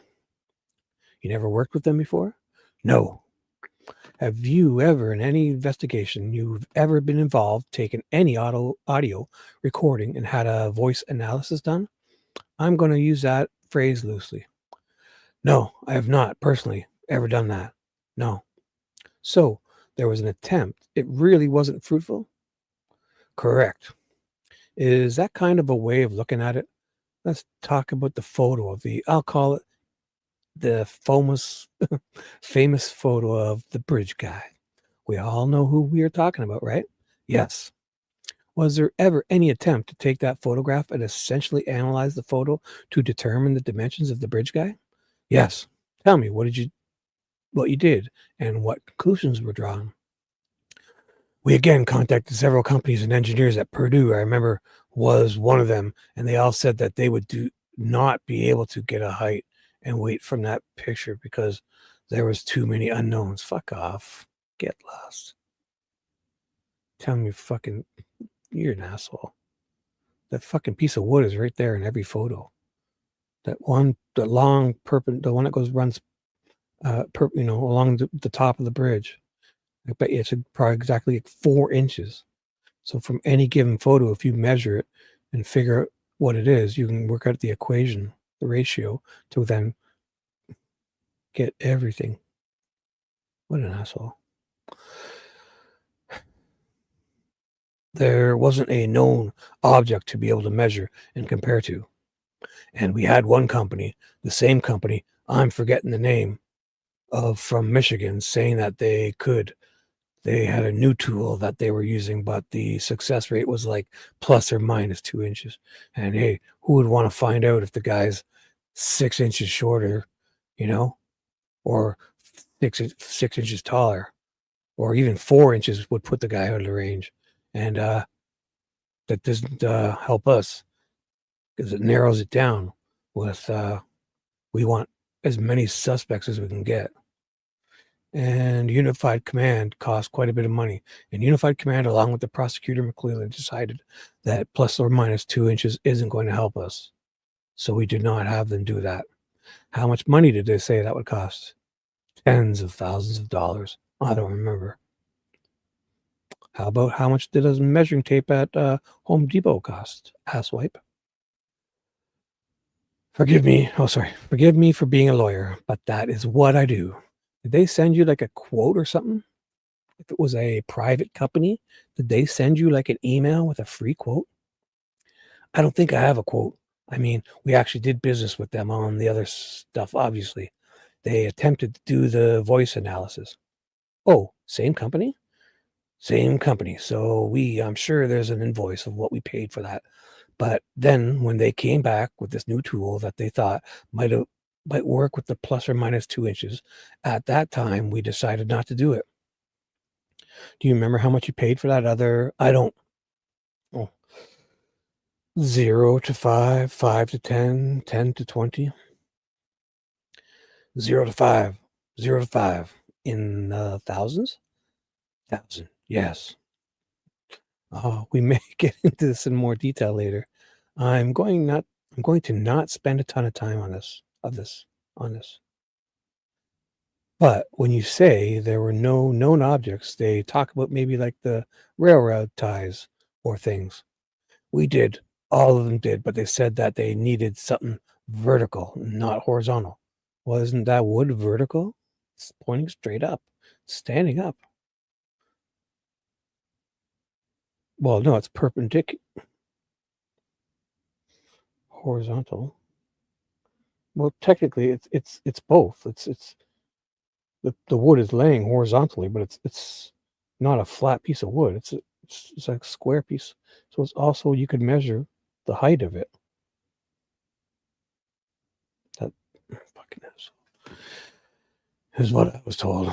So you weren't able to draw any conclusions regarding this particular type of analysis. Is that what you're telling me? Is what you're telling me? That same company gave us their estimate height, and I don't recall it. I would have to find the report.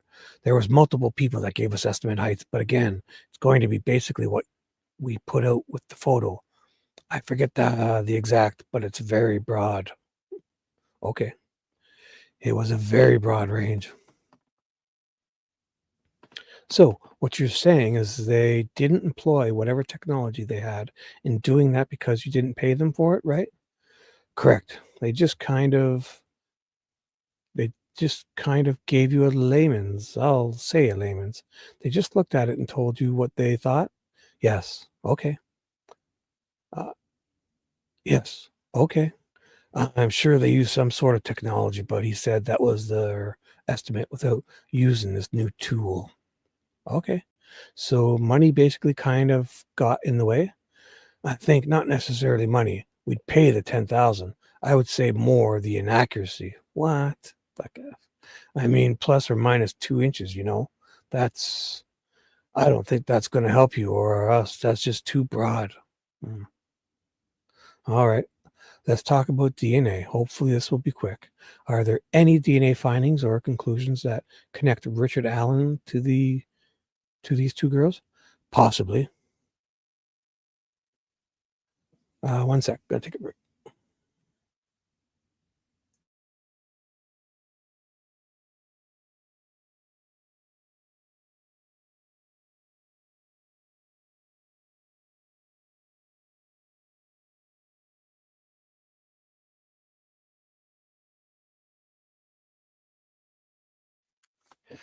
Okay, back. How you guys doing in chat? 21 people? 17 people sleeping, 3 people talking in chat. Hello. Did I say hi to Lena? I might have, earlier. There. That's a good comment. Thank you. Let's get you up. Yotan's been hogging the spotlight too long. It's funny, I put you guys up there and I forget. Prof and them, they sit there and do this reading and they highlight these comments and read the comments. I mean, it's crazy. Or unless they have people helping them. I bet you they have people helping them. They must. That's how they're doing it. I bet. You know what? They do. Because I didn't understand StreamYard before, but I remember Peggy saying Louise, when I helped moderate, Louise was helping with StreamYard. So Louise was probably logged in doing this highlighting and stuff for her. You cheaters. I'm just catching on to me now. I'm doing this. So I'm going to have to find someone faithful and trustful to do all this for me. If that means I have to give them a password, or if anybody knows how StreamYard works, maybe I'm just assuming. I'm not saying he did. I'm just kind of, or they're superhumans, because I can't highlight these comments and then look through chat and then get back to StreamYard and scroll this document, and oh boy.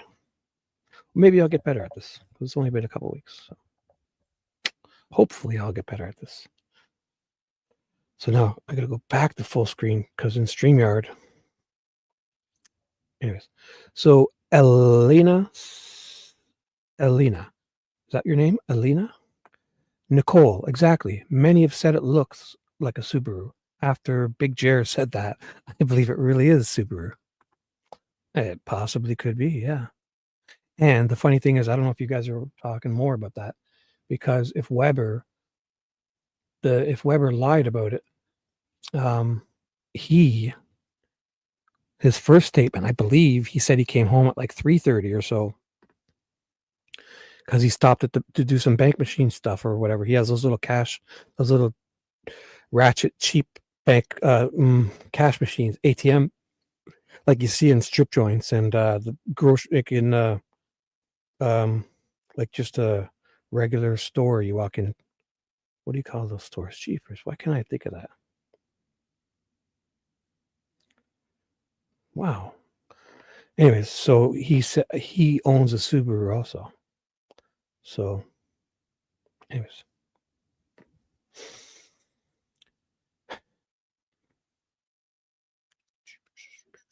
So there is DNA, right?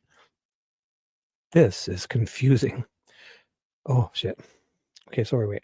Tell me about that. So there is DNA, right? This is confusing. Tell me. Let me back you up in a minute. Were there any DNA profiles extracted from the crime scene? Let me start there at that most basic level. Yes. Oh, actually, before I go, yeah, Yotan, I see you say, I don't know how you do it, Shibby. After your voice like that, my throat would be absolutely canned, mate. Well done. Well done. I thought the same thing, but then I did it the other day. The first time I started was like the first 7-hour stream, and I got halfway through and I'm like, when I try to do the regular voice, I figure if that's still working, it's not hurting me. So then I did another stream last night, 7 hours, almost, I don't know, probably most of that stream too.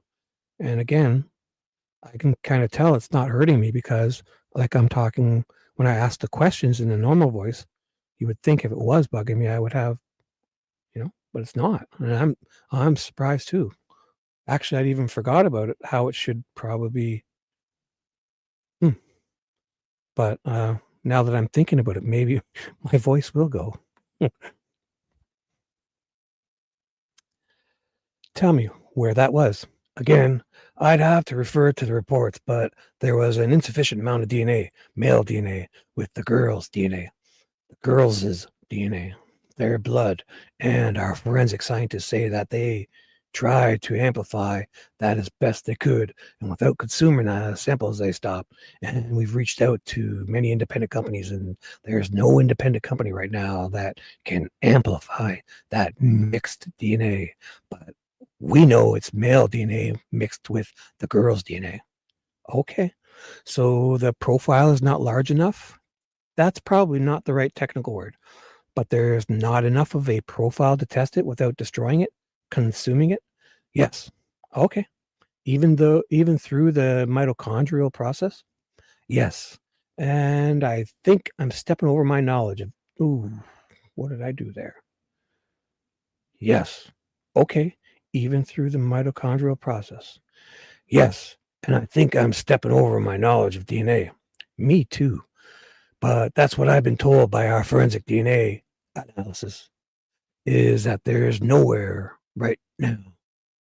Now they're saying, 5 years, that's what they told us 6 years ago. In 5 years, there might be new technology coming, and there is some, but it's not where it needs to be yet. And they are monitoring that for us to see if technology catches up with science, and they'll be able to maybe determine whose DNA that is. Where was I'm not sure exactly what you said, but it was part of the blood from the girls. Yes. Sorry, one sec. My earbud just popped up. There we go. Yes. Ooh, explain that to me. I'm not sure I understand. Redaction. 1 page. Ooh, 2 pages redacted.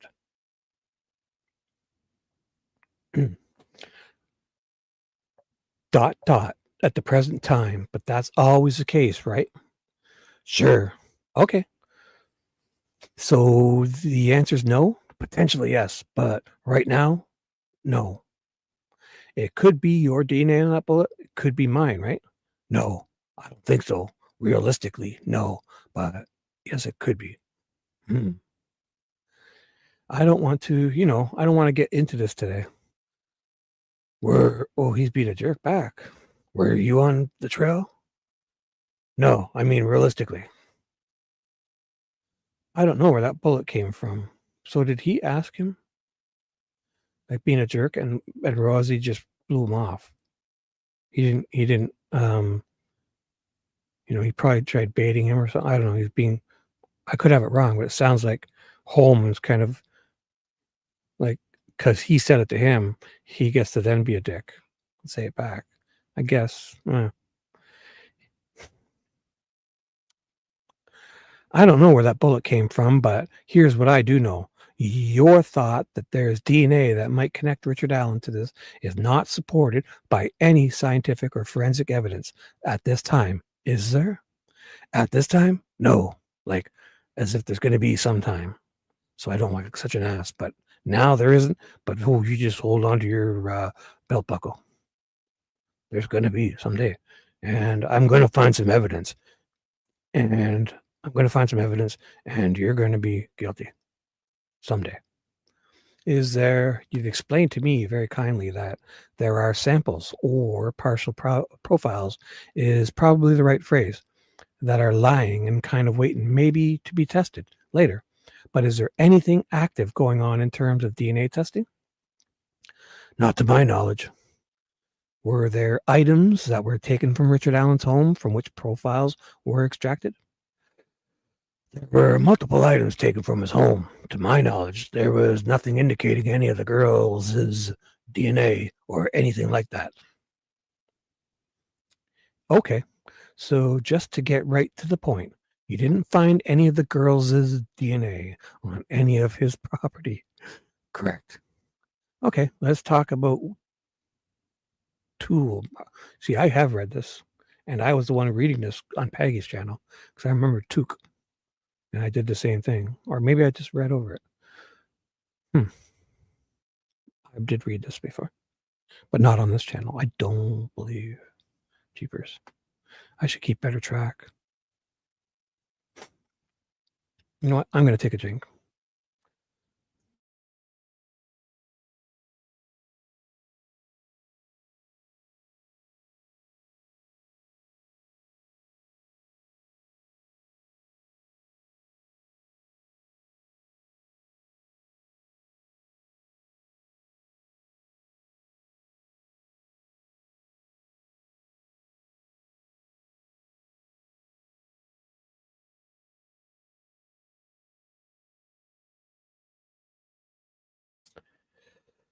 And we're back. What's up, guys? You guys still here? That's 19 people. That's not bad. Anything fun happening? Oh, whose notes you writing? My notes? You little smartass. Let's put you up. Whose notes you writing? Mine? Well, you better make them sloppy if they're going to be mine, because your handwriting's way too nice for me. So if you scribble some stuff, that'll be me.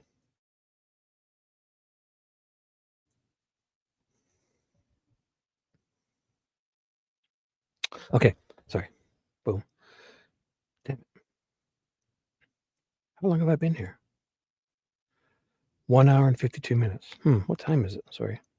5:30 a.m. So let's see. Probably going to just finish after this one because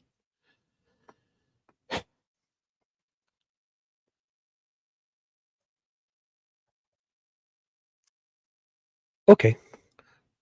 Let's talk about tool mark evidence. You mentioned that a minute ago. So you're aware that this unspent cartridge was recovered from the scene, right? Yes. In your opinion, what is the significance of that cartridge to this crime? Well, it had 3 extraction marks on it, and from what I don't recall, the first time we met with the lab. But it was early on. I'm going to say within the first 6 months, and they talked about all the DNA that you and I just talked about and other things. One sec. But one of the things that stands out in my mind was the firearm tool mark extraction expert. I don't know what her exact title is, but she was at the meeting and she said that those marks were made by more than likely a Sig Sauer or possibly a Smith & Wesson. But she was leaning towards Sig, and she said that if we find the weapon, the gun that extracted that round, she would be able to, without a doubt, match it up. Without a doubt. That's what she said. Oh, I remember that. That's what she said. Those were her words. Well, those are my words, but that's what they're pretty strong words. Yeah. You can see me taking notes right now.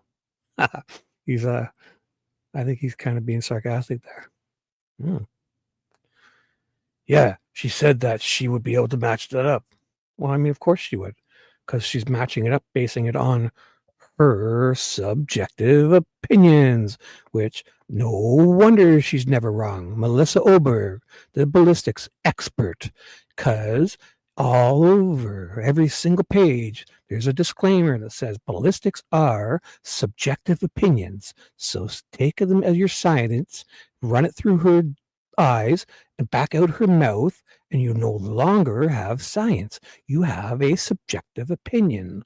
So no wonder she's never wrong, because it's based on her subjective opinions. Therefore, you can't question Mrs. Oberg, because she's never wrong. She's never even been questioned. Why?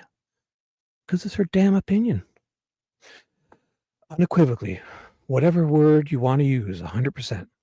She said that the marks were so good that she would be able to, and there were multiple that she would be able to, and that was early on. So anytime that we got a tip on somebody or anything else, anything like that, if we asked them if they had a weapon and what kind of weapon, and if anybody had a 40 caliber, we sent it down for testing.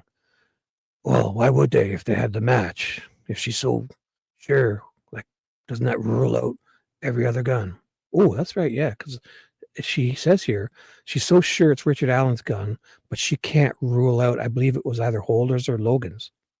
So if she's positive it's Richard Allen's, doesn't that by definition default to the others being ruled out for testing? I don't know how many, but I know there was multiple before Richard Allen's. Was this person Melissa Oberg? Yes. Okay. I didn't know if there was somebody else involved other than her. Nope. there was her supervisor was there too, and I know. And then through her training us on tool mark evidence, another thing that stands out in my mind is that she compared it to a paternity test. She said that there's more error in a paternity test than there is in this test that she does to compare extraction marks. And that was pretty powerful to me. You had a lot of working knowledge of paternity tests? I do not. No, I just know. Okay. That a lot of times people paternity. So it's not a pregnancy test. It's the actual paternity. Maybe he meant to say a pregnancy test, like, because it's either, is or isn't. And it probably just needs one factor present, so it would be more complex or whatever. But paternity is actually, yeah. Well, he did mean paternity because he's talking about the father. Wow. Gosh. That a lot of these times, people that I'm deal with, have to have those paternity tests, and they say they're like 99.9% the father. That's pretty accurate. So in my mind, paternity tests are pretty accurate. So what I'm saying is if she's comparing her test, and I think, so she was comparing it to a different type of test that you don't have any knowledge of. You just heard that they're accurate. She compared it to others too, but yeah, okay. After you've received these laboratory results from Miss Oberg's, what, if any, concerns were raised amongst law enforcement about the reliability of them? We had unified command. We had meetings. We spoke with her. We scheduled a meeting with her. And I don't think there was any concerns. Nobody was concerned about the accuracy, not to my knowledge, or the value of those findings. If there was any concerns after she met with us and explained everything, there was no concerns about the accuracy of her testing. Was there ever any discussion about seeking out the opinion of an independent analyst? Not to my knowledge. You're working with somebody who works for you, right? Absolutely. But there was never any discussion about, hey, let's get somebody in just a second opinion before we jump on this. Nope. Yeah, that's true. You'd think they'd want to just why wouldn't they just send in like some double blind test too? Like send it to an independent lab, that and 2 other guns and a bunch of other, and tell them, they'll know which ones are going to them, but the lab won't. And the lab not work for the defense or the state. Like, why don't you want to do that? It's so accurate. What are you fucking around with this for? It's like, why bother getting another independent dependent? My person that works for me will give me their honest, unbiased, humble opinion. No. Was there anyone amongst Unified Command, which sounds like it was kind of morphed a little bit? There was some changes in the officers from what I understand over time, but were any of those people that were involved in these circumstances concerned about the reliability of those results? Not to my knowledge, nope. Who was all there when this meeting occurred, when you met with Miss Oberg, if you recall? Prosecutor McClellan, myself, Tony Liggett, Jay. No, I don't think Jay made it. Brian Hirschman, state trooper. I believe we had a U.S. Marshals helping at that time. One or two of those. And actually Dave Vito was on. He wasn't there, but he was on. I had a conference call, so he could hear couldn't see, but he could hear. And I feel like there was more than that, but I'm pretty sure Steve Mullen. So this was Unified Command, maybe even plus a few extras, plus a few that were helping with the investigation. Was there any discussion with Miss Oberg about the divide that exists in I'll call it the scientific community about these tool mark analysis and results? I believe she talked about, obviously, there's people that don't agree with certain scientific testing. She touched on it, but I don't recall what that group is or this is or that. Well, maybe it's the scientists who will define science as not an opinion. Do you remember what she told you? The only thing I can remember, honestly, is that there was a group, and obviously defense attorneys believe that group that it's not accurate, but she used information and experience and training that she has to make me believe that it's accurate. So there was some discussion amongst about the theory behind this discipline. Sure. Above and beyond just the results that were found? Yes. Hey, this is what we're going to be dealing with from the other side. Well, yeah, any investigation we know, you're going to try to suppress evidence and challenges our findings. Yes, we know that. So he says they're going to try to suppress it.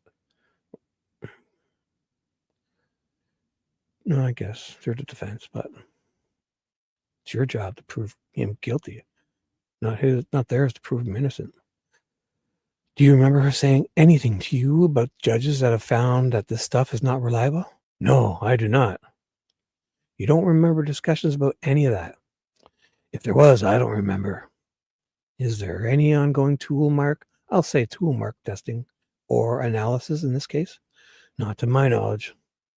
Other than your opinion regarding this cartridge and this gun, is there any forensic tool mark evidence that connects Richard Allen with that crime scene or this crime? I should be asking more broadly. Any forensic technology? Any kind of tool mark results that connect him other than this cartridge and this gun that you were talking about? No. So they're going to move on to cell phones here. So I'm going to take a quick drink.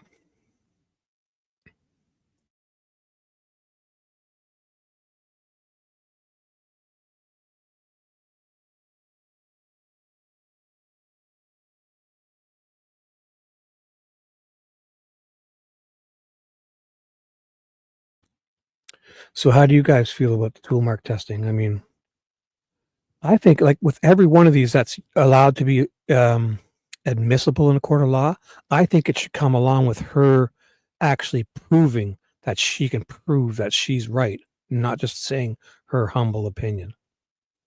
Like to say that Richard Allen's bullet is the one, she should also have proved a like triple blind test of at least 10 other exact same bullets that she had no clue which ones were which, and the guns, and they were, like a whatever they call it, double blind placebo type test with even some fake ones that don't match any of the guns, right? So if she's so positive that this is so reliable, just prove it, and you got your guy then.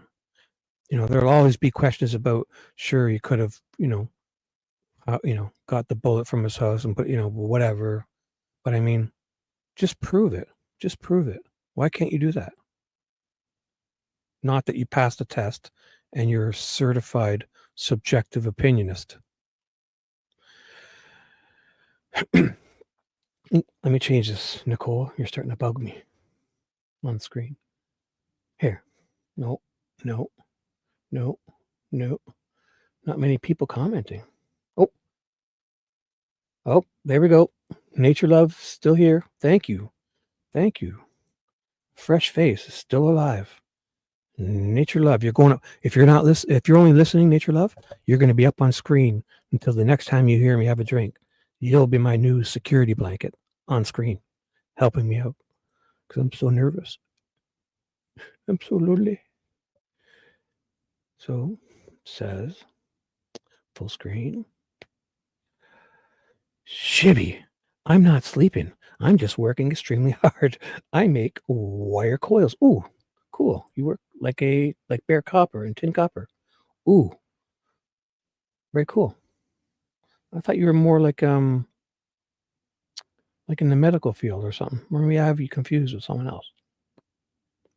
Right on. So Nature Love, if you're listening, let it be 21. You're actually right under my face. We're like real close here on the screen. Oh, wait, what do you see? Yeah, do you see that? Which do you see? Wait, when does my arrow show up? Do I have to go up here to show up? Oh, YouTube is behind me on StreamYard, so you guys see my arrow? Okay, there it is. Oh, so I got to guess where we are. Wait, where's my little guy? Oh, I see it. I see it. So, around here somewhere, and you'll see it in about 6 seconds. Let's talk about cell phones. I'm assuming you did recover some cell phones from Richard Allen's home? Yes. And those were all pursuant to the search warrant? Yes. Were data dumps conducted with those? Yes. Was there data generated from those data dumps? Yes. How many phones do you remember, if you do, that there were actual dumps from? The only thing I remember about the phones is he had a lot of phones, but he admitted that the phone that he had back on February 13th, 14th time frame that we're talking, he did not have that phone anymore. But I'm not going to read the rest of it, but I should be in. This is Jerry, so I should be. But I do know that we collected computers, cell phones. I do have to refer to the reports on how many, and I didn't review the reports that came back.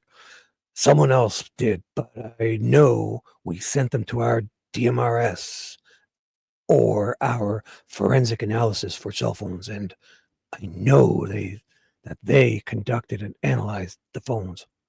Sorry. Data dumps and then analyze the results? Yes, sir. Were there any results that connected Richard Allen with the crime scene? Not to my knowledge.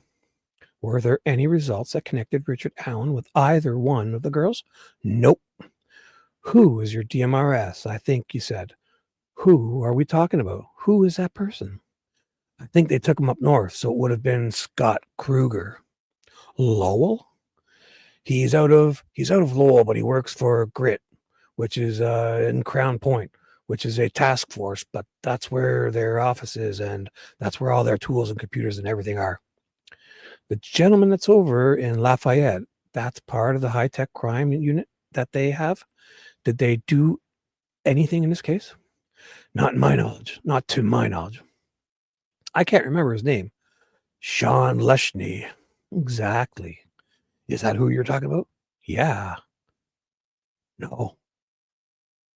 So I'm assuming you were able to dump some. One page is redacted. I'm not sure that's being conducted as far as, you call them person of interest or suspects, but anybody that we receive a tip on doesn't necessarily mean they're a suspect or person of interest. Somebody you thought might have been involved in this crime? Not to my knowledge, no. Let's talk about geoforensics. Okay? Now we're getting outside of my realm of expertise. Me too. Tell me, do you know what that means generally? I know you were talking about putting up geofences. Yeah, generally, yes. Okay. Was gathering that information in this case, was it helpful to your investigation? Yes. Okay. Did any of the information that you gathered from this geofencing, from these efforts, connect Richard Allen with these crimes? He was in the geofence, but more than likely his phone was at his residence, it appears. He said he was using his phone, but we have no evidence that occurred.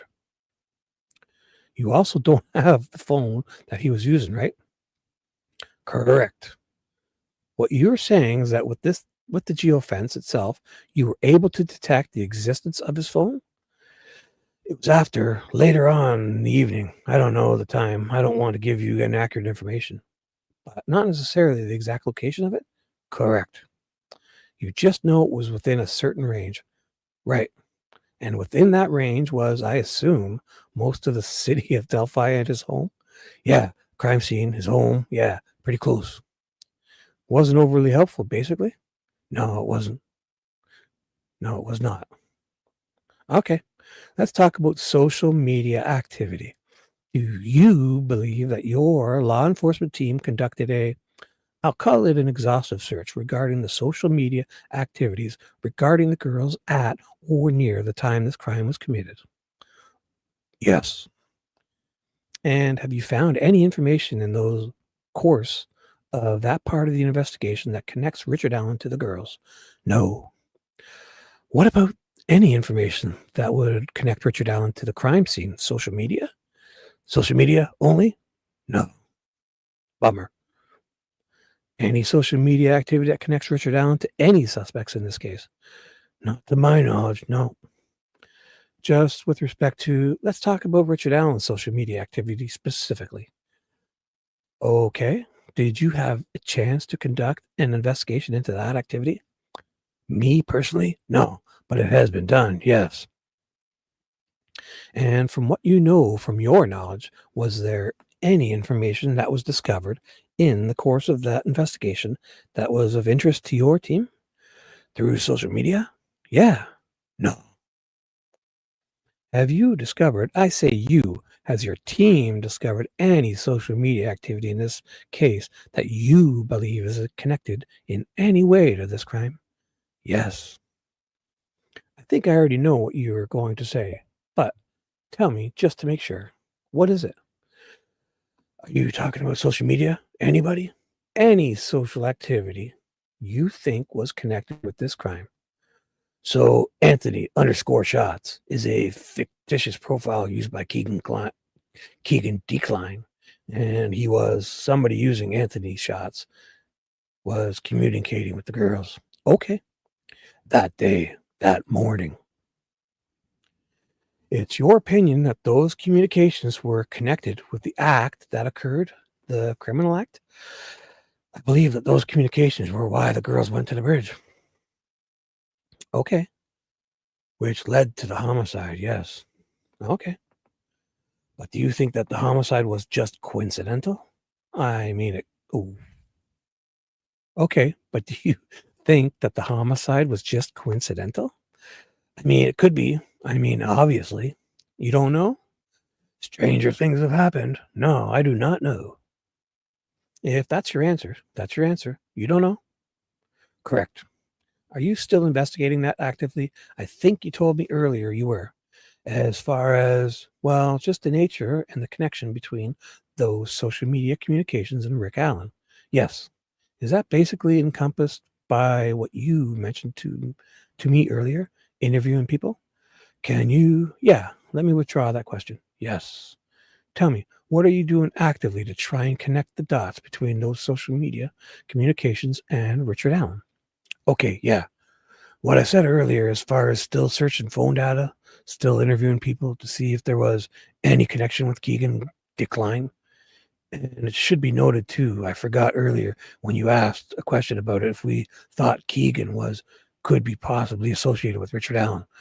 One of his first statements when with his other attorney, he said that, he accused his dad of doing it.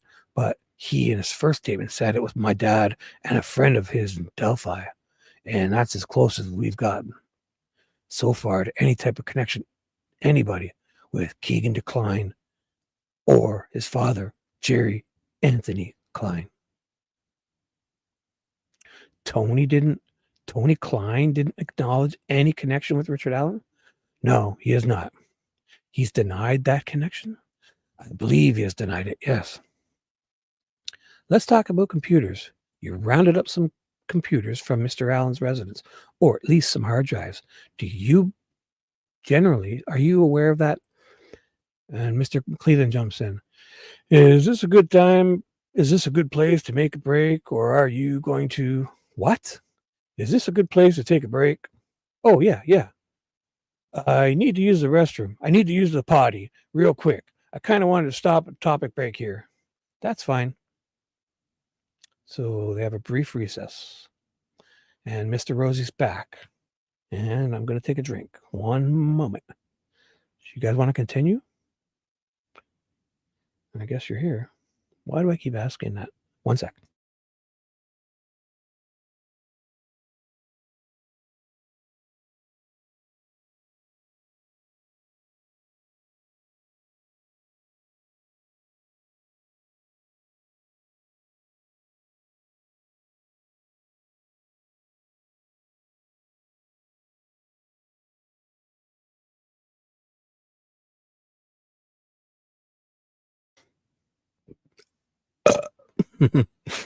Did you hear that?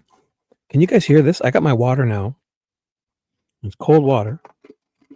Ice cubes in one of those Stanley cups with a big straw sticking out. Can you hear me when I drink this? Listen.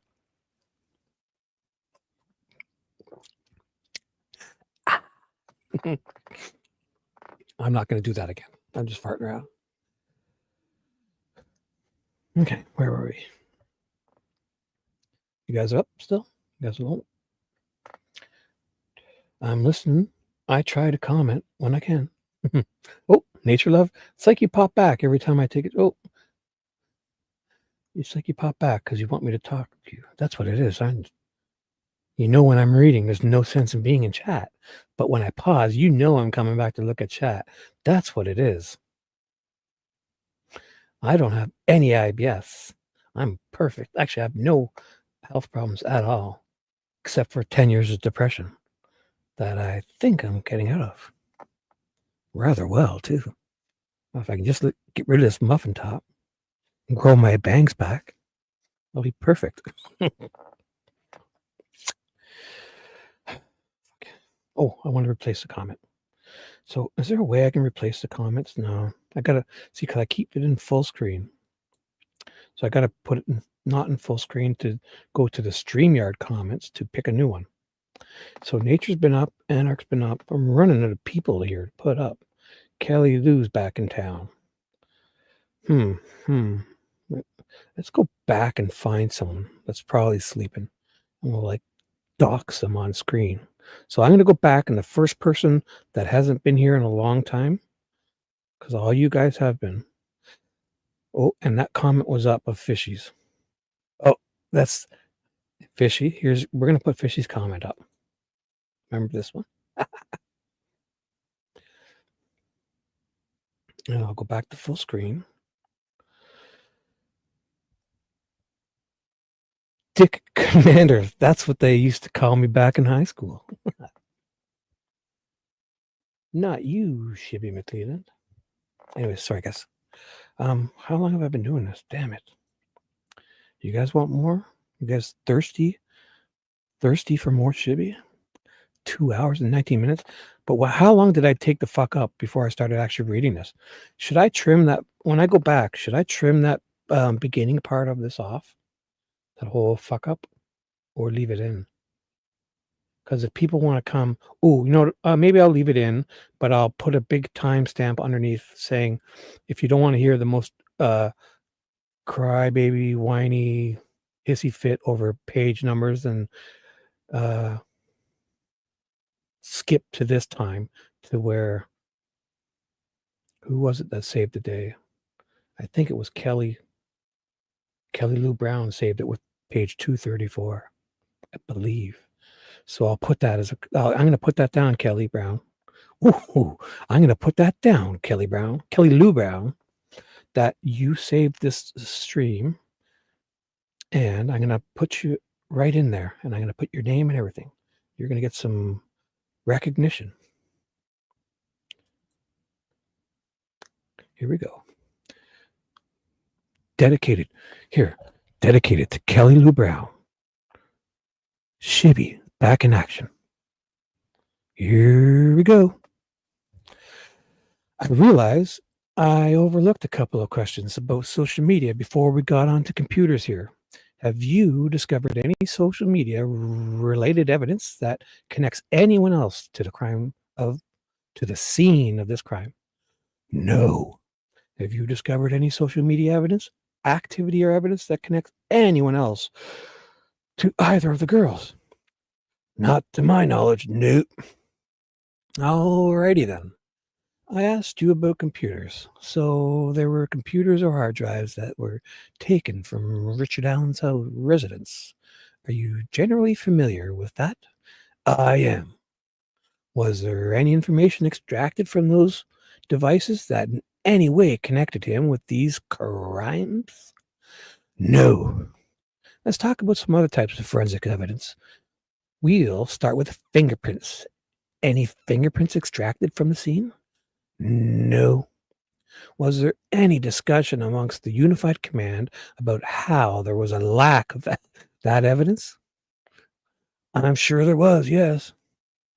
Not one profile was extracted from anywhere around that scene, right?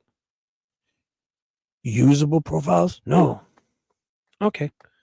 Were there any partials? Partial profiles? Yes.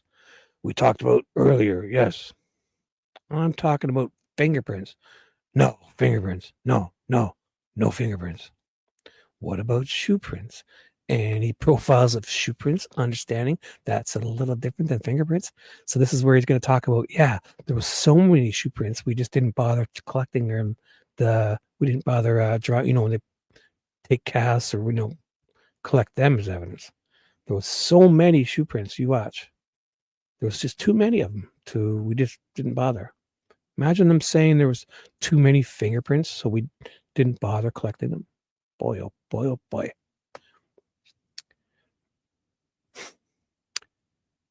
Right. That were extracted from the scene? They were photographed, but not extracted. Or were photographed? Yeah. Were those analyzed? No, not to my knowledge. We looked at them, but I don't think they've been analyzed per se. Was there ever any attempt to take those photographs and offer them to some kind of analyst, tracker, hillbilly, some guy who can just look at the woods and say, 4 people went that way. A fat guy ran that way. He hit that branch. Look at it. Broke it. That branch is broken.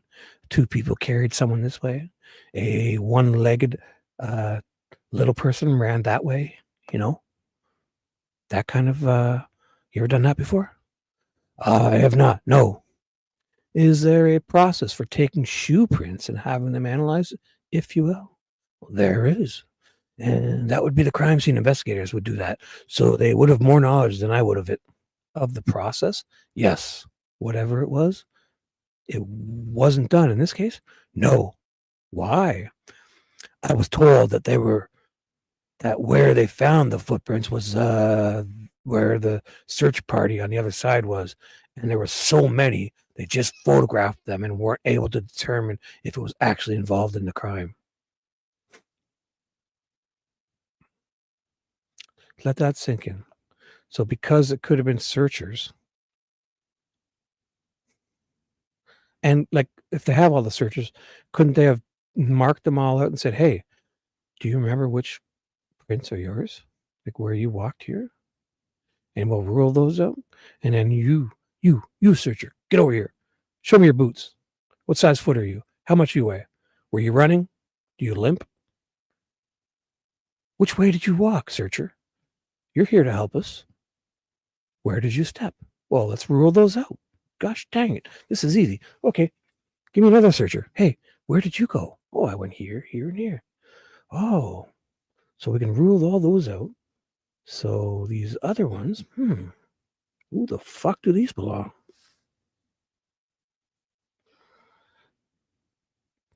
Wait 1 second. I know who they belong to.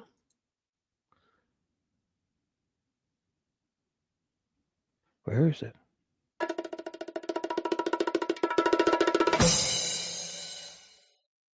That's what she said. Sorry, guys. I don't know what I'm doing.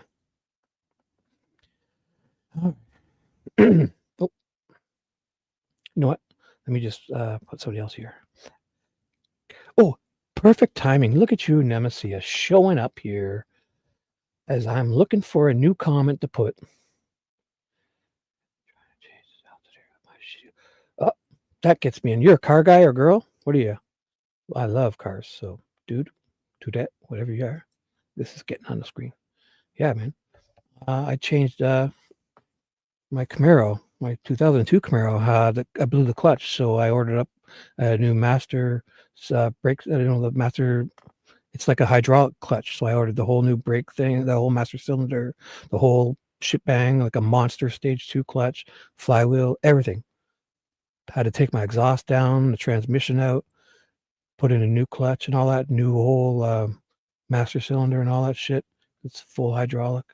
I did it all myself for pennies on the dollar. So I've been trying to change the alternator of my shitty old Ford. 17, -17. Where you at, bud? Hey, look at that. Here and freezing my fingers off. Shibby's warm, soothing, hot, hot voice in the background has been a blessing. Well, dude, dudette, whatever you are, we're there with you, man. You can do it. You can do it, man. Focus. I'll stay here with you, man. You got other people here too. Nicole's here. Kelly Lou Brown's here. Ja Rule's here. Yotan. And I believe, oh, Carol. Hey, what are you doing? Hi, Carol. You snuck in. Carol, you snuck in. Shibby, I'm here. I see you now. You almost got away with that, sneaking in. And Nature Love's still here. And I think there's at least 10 or 15 other people who are snoring away right now. But who gives a shit? As long as they leave their browser open or they don't lock their iPad or iPhone, and I get the number of people. Sleep away, children. Okay, focus, dude. Focus. Let's do this. Actually, you know what? I'm going to take that comment off because it's so long, but we're going to stick with Nemesia and give just a short one. But so Nicole with the heart, you're still up. You're still up on screen, Nemesia. Just not that long ass comment from before. And away we go. Okay, where was that? Whatever it was, it wasn't done in this case. No, why? I was told that where they found the footprints was where the search party on the other side was, and there were so many. I just wanted to read this again, and there were so many. There's so much evidence. They just photographed it and weren't able to determine if it was actually involved in the crime. Let that sink in, folks. There was too many footprints. And it could have been the searchers who knows where they are? Are they the ones standing right here beside us? No, I don't know. Fuck. Who knows where they are? But again, way too much evidence for us to collect. So we didn't bother collecting it. So some of it had to do with just the raw volume of prints that were in the area. Yes. Were there any that you were aware of that were photographed or discovered on the near side of the creek? Like I'll stop here for a second. Like you don't have to do that whole plaster casting of each shoe print. But I mean, honestly, you could hire a guy, like I said the other night, an indigenous guy, a guy who's good in the outdoors, a hillbilly who's grown up outside. You could easily find a tracker type of guy, and he'll ask him what he thinks happened here with all these shoe prints, and ask every searcher that remembers which way they were to kind of point out and help him to rule that part out so he can then get a better picture of what, why couldn't they do that? The guy probably would have volunteered to do it for free, or a case of beer or a keg or something like Dino. He would have done that for a case of Milwaukee. Were there any that you were aware of that were photographed or discovered on the near side of the creek? And also, when you're going through those bushes and stuff, I've seen things where actual real trackers can see, like they pick up on like broken branches so they can kind of tell where they ran between certain trees. And then, there's much more than just footprints that they can look at.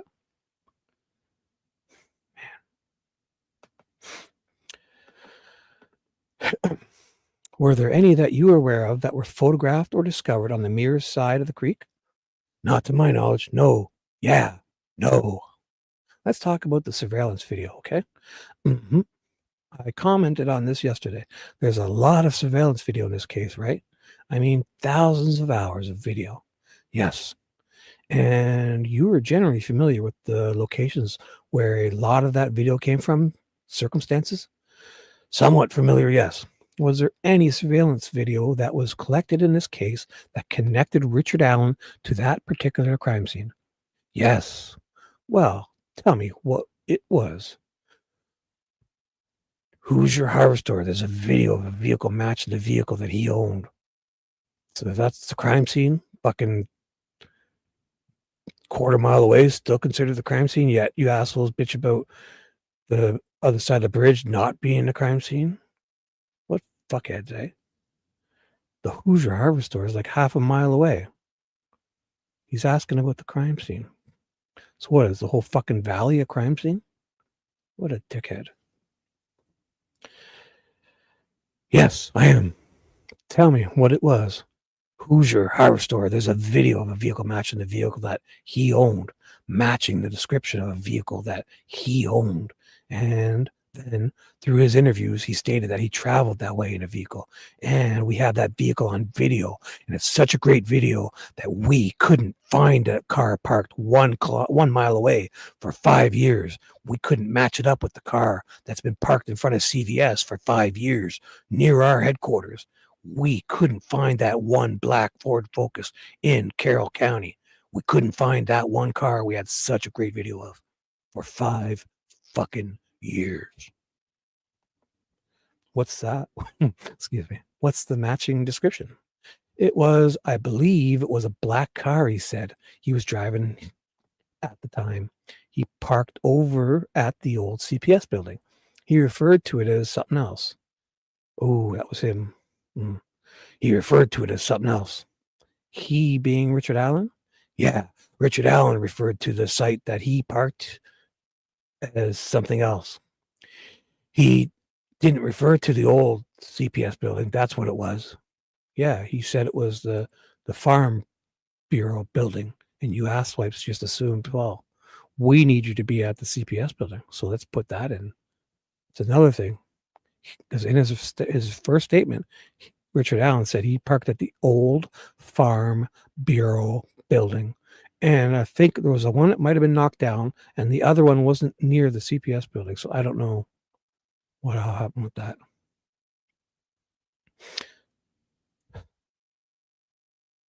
So what do you call about the description from the video? Was it just a black car? It was a vehicle that he owned at the time. Did you watch that video yourself? I did not watch the whole video. I believe I was shown a still shot of the vehicle compared to his vehicle. How would you describe the vehicle? I would describe it as being matching the description of the vehicle that he was driving at the time, even though Betsy Blair pointed out that she saw David McCain's vehicle, which was a Honda. You know, flannel shirt guy, the guy that was also there at the trails that day, the guy that had a camera around his neck, creeping with a zoom lens in the woods, that for some reason evaded this trial. What was that? I can't remember exactly the type of vehicle. Subaru, I believe. Ooh, yeah. Or the Subaru like Brad Weber lied about. His first statement to the FBI agent was he came home at like 3:15 or 3:30 driving his Subaru because he checked out his cash, his little bank machines, his ATM machines. So he showed up back home in a Subaru. But all of a sudden, after it turned into a white van at 2:30. You mean, would that be a Subaru too? You said, I'm sorry. You said, I'm sorry? I believe it was a Subaru. I'd have to refer to the report to give you the most accurate answer. Was there any other surveillance video that was recovered that connected Richard Allen to the crimes in this case? Nope. Was there any surveillance video that you recovered that contained any information about Richard Allen's whereabouts on February 13th, 2017, other than what we talked about? Nope. Something from here in town? Something from here in town or his employer or anything like that? Nope. Is there any surveillance video that contains images of Richard Allen at the trial on February 13th of 2017? No. Let's talk about what I've titled here as hate crimes, okay? That's kind of my general description. Did any part of your investigation focus on the possibility that these deaths could have resulted from a hate crime? Yes. Of some sort? Yes. Tell me what the focus was. The focus was how the bodies were found and that they had sticks laid on top of them. And I forget the exact investigator that brought up a term called Odinism. So we, Sergeant Steve Buckley reached out to a professor at Purdue that he actually was out of the country at that time. And we did not release the photos, but we released a sketch of the sticks, how they were laid, and some other information. That Purdue professor, I can't remember his name. Heck, I couldn't even, a couple months ago, I couldn't even remember if it was a guy or a girl. I couldn't remember if it was his or her name or how to get a hold of him until you caught on to it. And then I figured it out real fast how to get a hold of him.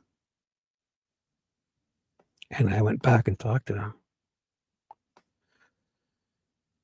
Said that it was not Odinism or any type of cult worshipping or any type of a group that would have conducted the crime. Yeah, that's bullshit, because he didn't say that. So he's still saying that here. So this is the part where he lies, right? Because Turco said just the opposite, that it was present, and that was either fanboys, or if it wasn't real, it was at least fanboys that did it. But he believed Odinism was present.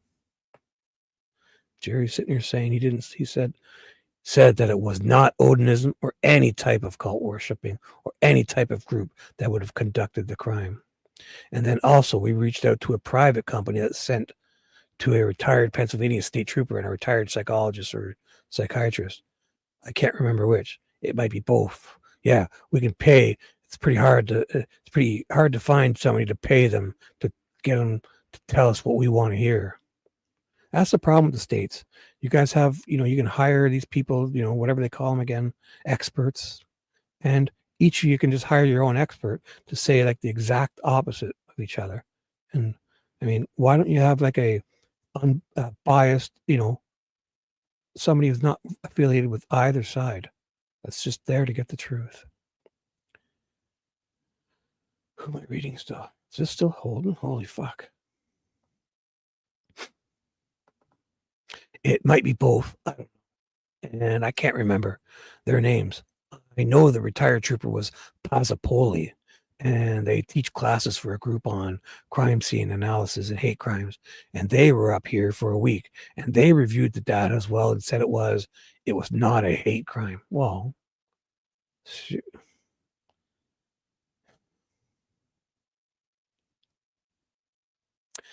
FBI's BAU looked at it.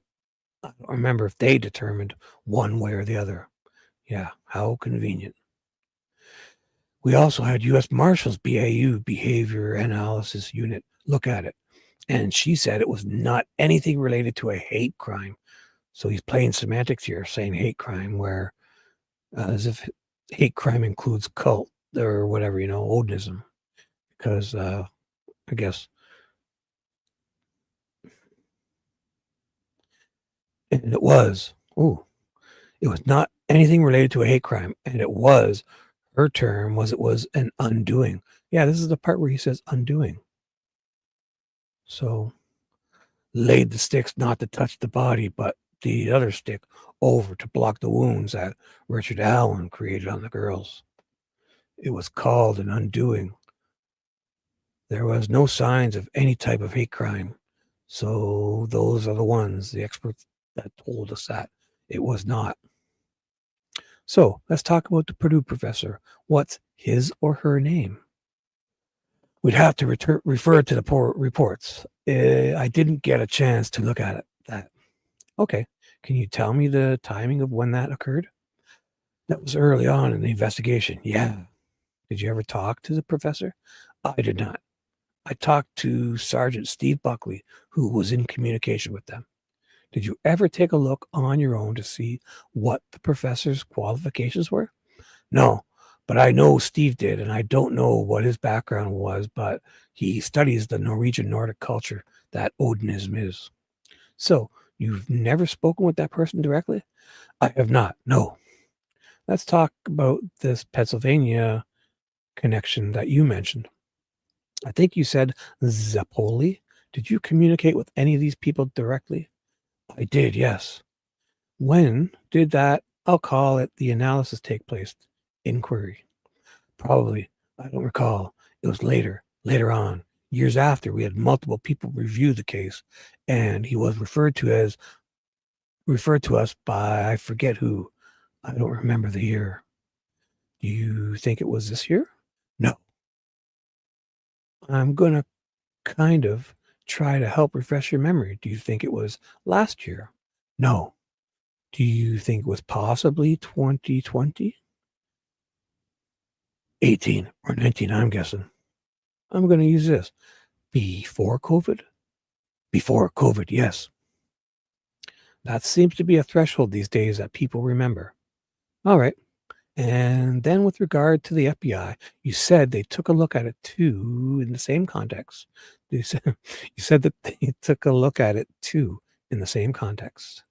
Can you tell me the timing of that? It would have been early on as well, within months, 2017. Did you communicate with any of those people with regard to that inquiry? In a group, they presented their findings verbally to Unified Command via a phone call. What do you recall about those findings? Just what I said earlier. Basically, they said it's not connected. There's not enough information to prove that it was a hate crime or organized group that committed it. Psh, yeah, organized group.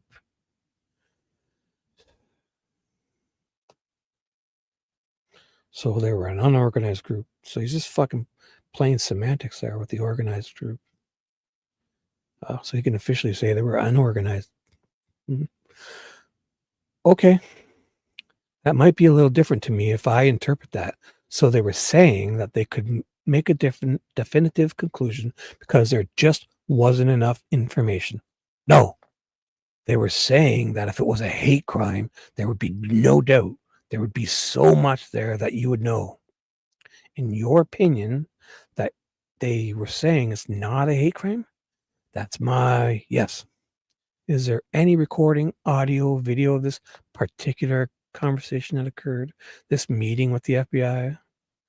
Nope. I need to take a drink. Sorry. Ooh.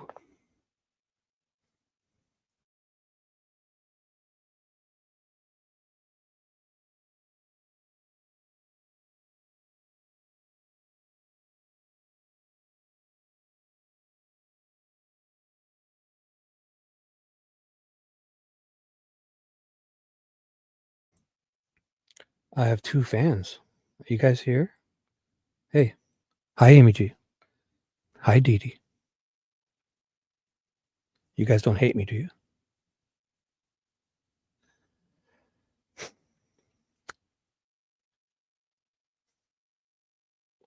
What's the celebration for? Oh, yeah. Congratulations, Amy. You got 1,000 subs. Yeah, I saw that. Congrats. You mentioned it in another chat, wherever I saw you. Oh, Charles chat. Gosh, why the drama? Who's got drama? What are you talking about? You made it to 1,000 on your own. So who said you didn't? Are you guys okay? You seem pretty passive aggressive here. Girl power. Congratulations.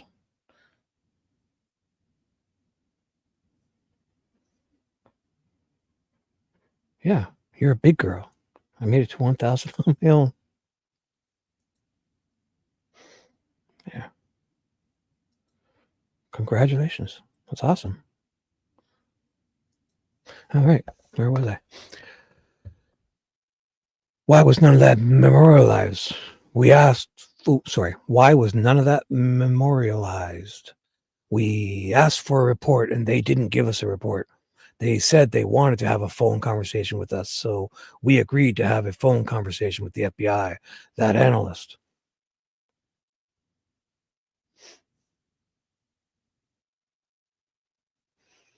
Oh, it's okay. Don't worry. Don't start arguing, guys. Doesn't matter. We'll worry about it later, Jotan. Congratulations, Amy. We're very proud of you. Now let's carry on. We asked for a report. They didn't give us a report. They said they wanted to have a phone conversation with us. So we agreed to have a phone conversation with the FBI, that analyst. My experience, forgive me, but cops document about every step they take these days. Why would the FBI not want to put that in a report? You would have to ask the FBI. Did you ask the FBI? No, I did not. Why not? They said they wanted to relay the information to us via phone, and we agreed to have them do that. But you did record it or anything? No. What about the U.S. Marshals? When did that occur, if you could estimate? That occurred just more recently, 21, 22. Why was it that that inquiry was made with the U.S. Marshals in 21 or 22? Just getting more opinions. We, U.S. Marshals, came on into the investigation later. So they said, hey, we have this. We want to try to use this resource. And we agreed to use the resource. Okay. So you had been through there 3, I'll say, inquiries about this, and then you choose to do this with the Marshals? Yes. Oh, I need a drink. 1 second.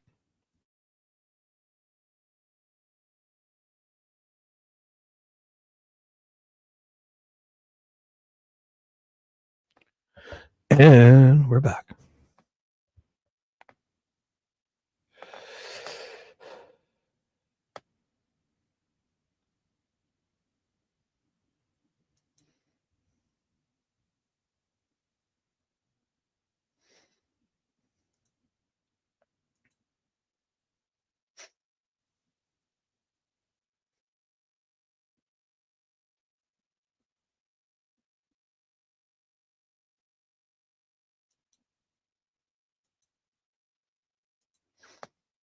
Alrighty then.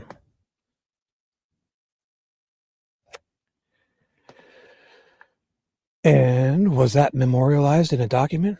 I believe there is a report. I believe there's a report. Yes. 1 second. 1 second.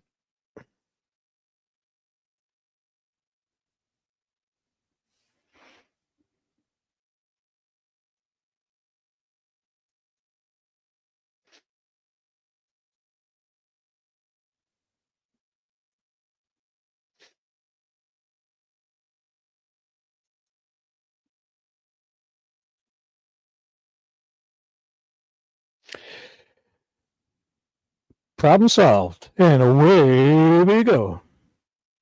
I got rid of the rabble rousers, folks. A little too much drama in my chat. I don't like to be anyone to be mean to me. Ooh, everyone's mean to me.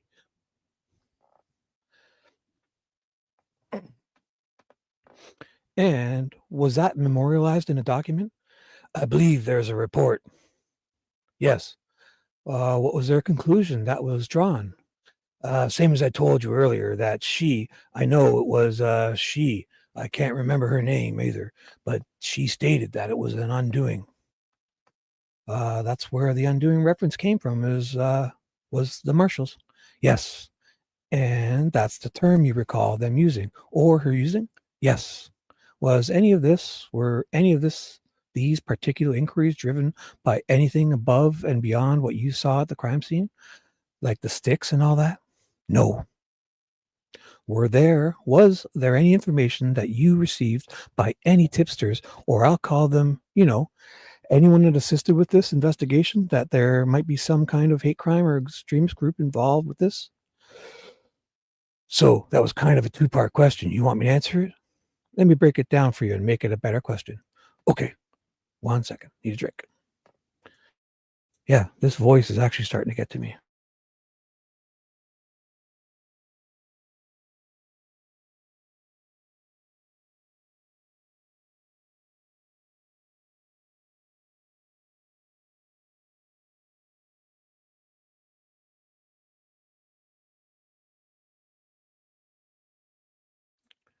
Carol, who are you to tell Foster? Foster's me, Carol. I did it. So you guys better settle down or you're all going to be gone. Let's not do this here. I hid Amy and Dee Dee for. That's very passive. That's way too many comments about that. Look at them all. She's, saying people are being mean to her and all this shit. Come on, guys. I didn't do anything to deserve this, so I hid them both. That's me. I'm Foster. That's my old hidden secret account. So, let's do this. I don't need all that extra drama. I left hers and I never bothered her. I don't really appreciate them ruining my chat. Did you receive any tips during the investigation that suggested that this crime was carried out by a hate group? I'm using that phrase really broadly. Right. I understand your question. No, I don't believe there was tips initially until maybe saying some later on, but there is no tips received. I'm talking about during the whole investigation, specifically being a hate crime. I don't recall. Well, what about, oops, one sec, sorry. You notice how your fingerprint never works when you want it to?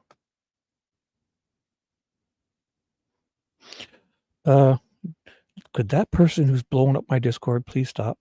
Thank you very much. No, I don't. Carol, I'm going to move out from under your bed, Carol, if you keep talking to me, Foster, in that tone. Or did you guys not know who Foster was? The gig is up. Shibby is Foster P6K, whatever that's. That's my old super secret alt account. All right. If you're tired, you don't have to be here. None of you guys have to be here. If you're not enjoying yourself, just say goodbye and leave. I'm cool with that. We'll pick up another day. Yeah, I'm kind of tired too. It's friggin', man. Let's see how much more there is here. So, I'm getting good at that. I was on page 304. There is, maybe we'll go a little bit longer. Yeah, you guys, if you're tired, I mean, you don't have to stay and chat too. You can listen or you can leave. You're not beholden to me. Or if there's, I have no idea if there's other live streams on. I mean, I just went live. If you guys want, you can go anywhere and watch this later or not at all. I mean, guys, I'm just a dude. For 10 years, I was depressed as shit and didn't talk to anyone. And finally, after, last few months, I'm feeling myself again. 52-year-old man, just trying to feel human again. I didn't start nothing with anybody. And that was pretty passive aggressive of them coming in like that. So, I mean, you don't have to be here. You've heard me the last whatever. If you don't like me, you don't have to be here. But I want you all to stay if you would like. And I'm going to carry on. 18 people still.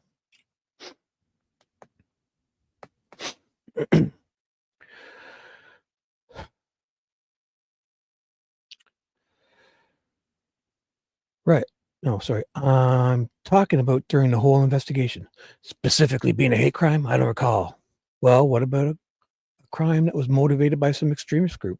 I hope we are talking about the same thing here rather than some random act. Right. Like a cult. Yeah.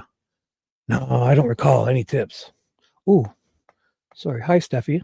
Stephanie's here. And I got fingerprint ID on my phone, Elena. No, it just seems to be like whenever I really want to use it, like my fingers, like they get cold and dry. I guess, it just seems to be like whenever you really want it, but it works perfectly all the time. It's probably me just sitting here, whatever, you know. Actually, I'm doing it with my left hand too, because I'm holding my right hand, working the mouse to scroll these pages, and I'm working StreamYard on one monitor, and I'm reading chat on another monitor, and I've got sharing this document on a third monitor. So forgive me if I seem discombobulated.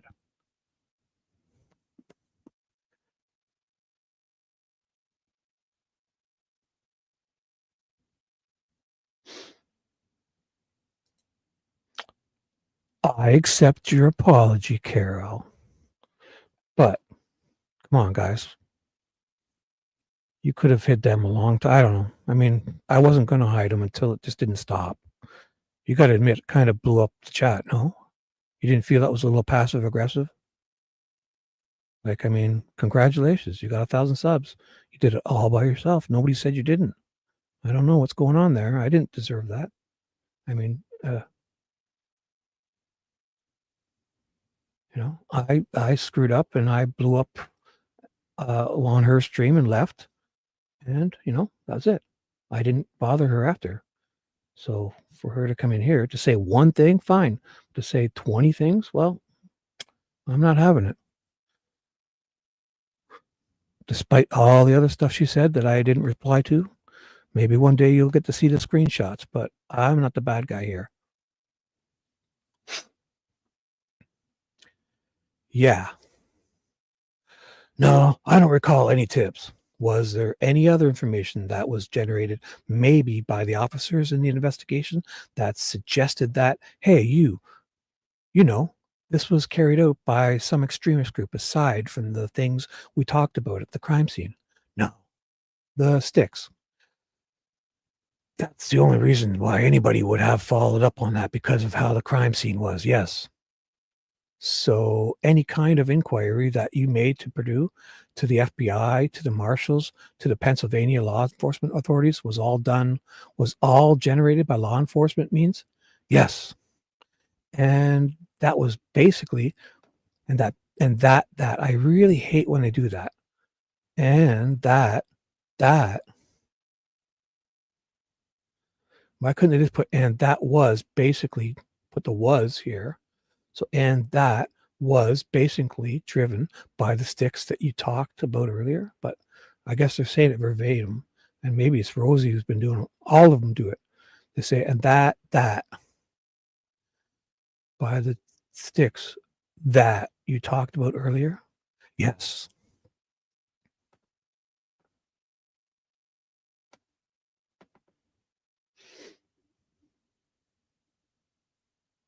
Oh, sorry, Kelly, you were saying good night. Yeah, good night, Kelly Lou Brown, if you still happen. I didn't see the end there where it said night, bud.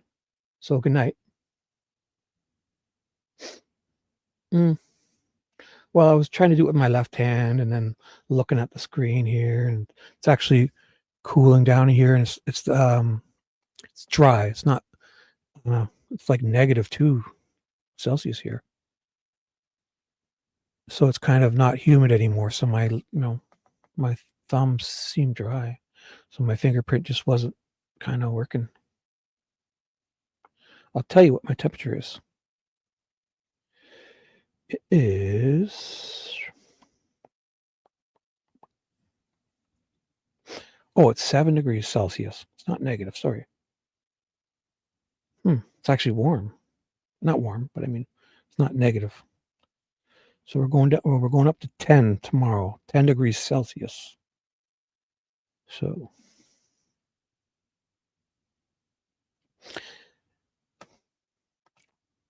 all right, let's just do a little more. What time is it? It is 6:35 a.m. So I'm going to go till 7ish a.m. So 6:35 a.m. Eastern, where I am, which is basically the same time zone as Florida, all the way up to Indiana and up through Canada, Toronto, where I am in Canada. We're on the east, straight down, Eastern time zone. It's 6:30 a.m., 6:35 a.m. where I am. So I'll go another 25 minutes or so, unless I feel like going more, or if I feel like leaving earlier. The mystery is on. Any other circumstances at the crime scene? Ooh, didn't I change that?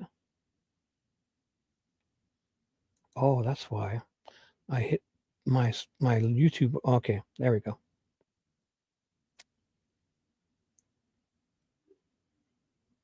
You know what? Steffi, you're getting the screen because we haven't had you here. So good morning, Stephanie. Welcome. Just in time. Things are just getting excellent right now. Any other circumstances at the crime scene that drove law enforcement to inquire about any of that? Not to my knowledge. Be more specific. I might be able to answer that question that you're asking. Well, the wounds on the girls, the location of the bodies, anything at all that was what I would call part of the material part of the crime scene. No. That drove those suspicions? No. We're on crime scene. Let's talk about that. So in this case, was there a concerted effort by law enforcement community to maintain some confidentiality with regard to the crime scene? I don't think that there was any whatever words you used. I mean, there's just an understanding as a state police investigator. You don't talk about your investigations with the public or anything like that. There was no, for lack of better term, gag order put on them at all until later. You were talking about just the crime scene? Yeah. People that were at the crime scene? No, not to my knowledge. In my experience, and you can correct me if I'm wrong, in my experience in dealing with crime scenes is pretty important to try to maintain some privacy with what happened at a particular scene, at least for a period of time early in the investigation, right? Yes. The way I understand it is one of the ways to test the veracity of evidence and people may be making confessions and things is to determine whether or not they had intimate details about crime scenes. Absolutely. And I get the impression in this case that was pretty important, was to not just go out among the townfolk and start telling everybody what happened. That is correct. Yes. Because you were wanting to make sure that if there was evidence that came later or individuals that maybe acknowledged some participation in this crime, that what they were telling you was authentic and accurate. Right. We call it protecting the integrity of the case. Sorry.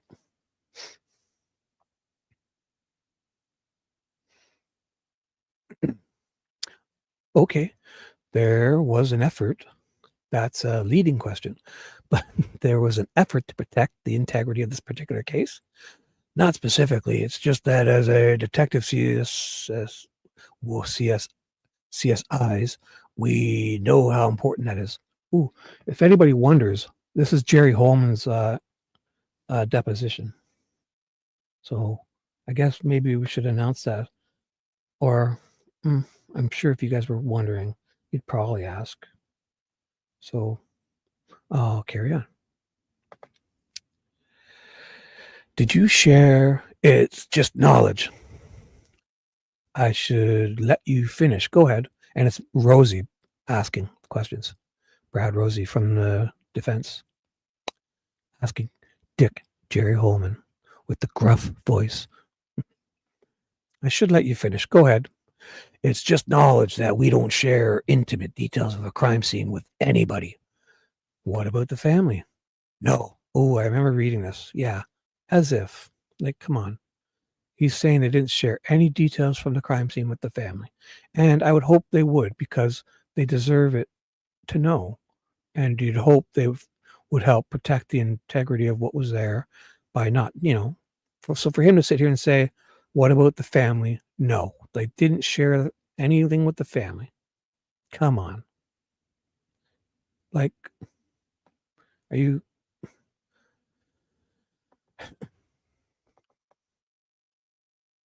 I think anybody would think you should. So now I'm mad at you for not, because their children, grandchildren were murdered in a horrible way.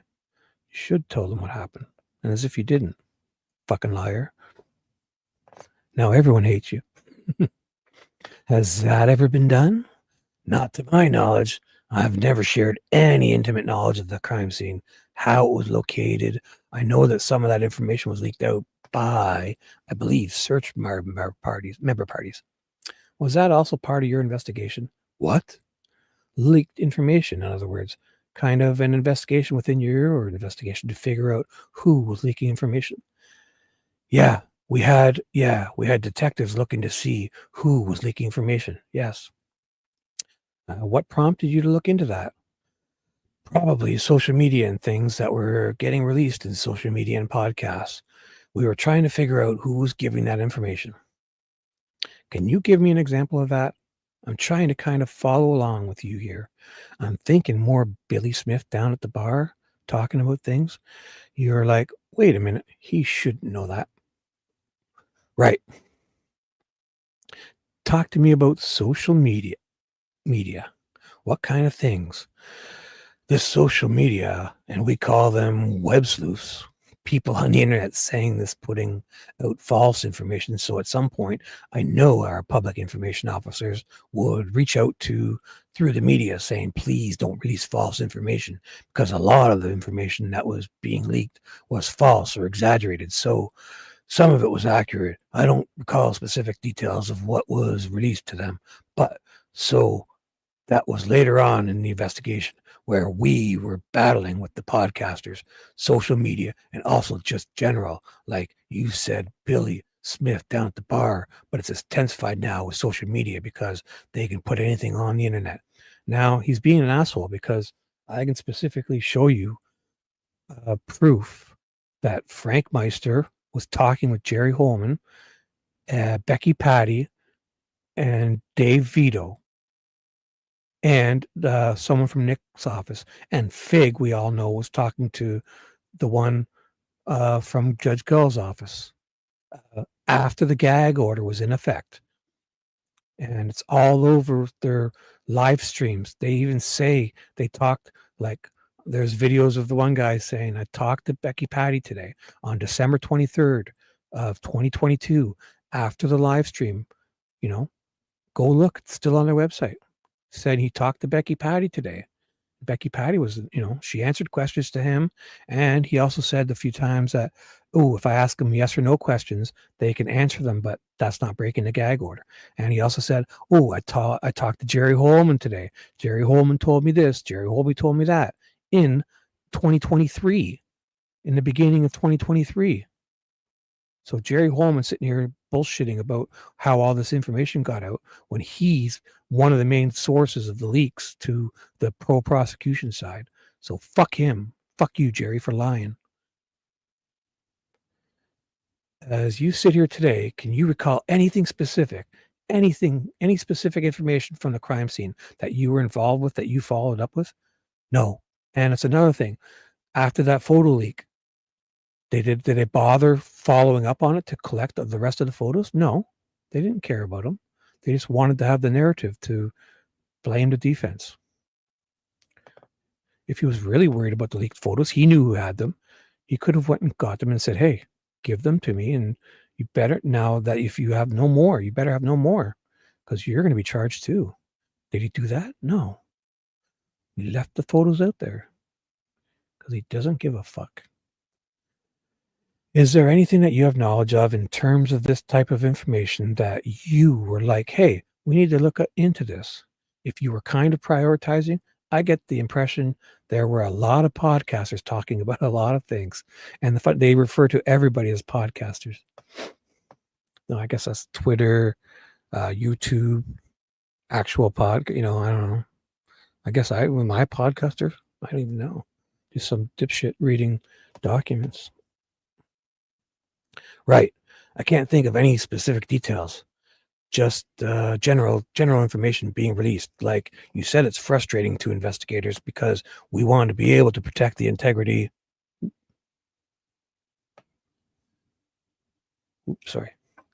Of the investigation. When we do hear something, either a confession or somebody heard something, say something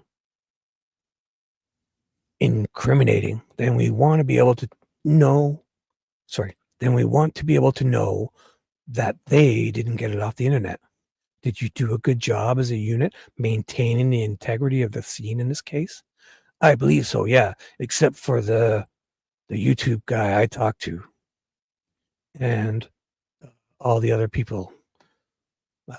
Nick talking to that same YouTuber and another YouTuber and Judge Gull's assistant or whoever giving information to Fig. And even before the gag order, Fig got a hold of that ballistics report and made some dumb video, which totally proved that he got information from law enforcement before it was made public. So yeah, there was no gag order then, but still not cool. I believe so, yeah. Do you believe that there were any material breaches of that scene integrity? Once we secured the scene? No. Did you ever talk to anyone that was on either of these search committees about this problem? That, hey, there's material floating around out here that is of concern to us. Were you responsible for? No, I was not. Did any of your team ever do that? Yes. I don't know who has contacted them, but yes, they have been contacted about releasing information. Yes. Basically told not to do it? Yes. So I guess to make sure you understand what I'm asking you, did you receive some information from any of these internet sleuths or podcasters that you specifically said somebody needs to go talk to this person on the search team about that information? Yes, we did. Okay. Can you tell me what you recall about that? I believe one of the search members had released some information about the crime scenes, so how the girls were found. I don't know the details, and that someone from the team went and talked to them. I don't know who it was. Do you know who the search member was? I believe it was DJ Erskines. DJ Erskines. Erskins. Tell me everything you remember about that circumstance. Basically, that I just told you, what I just told you. I don't know the circumstances. I just know that he had released some information and it got out to web sleuths and podcasters. And then we talked to him and told him, somebody in our team talked to him and said, shut your mouth. Please withhold that information to help us investigate it.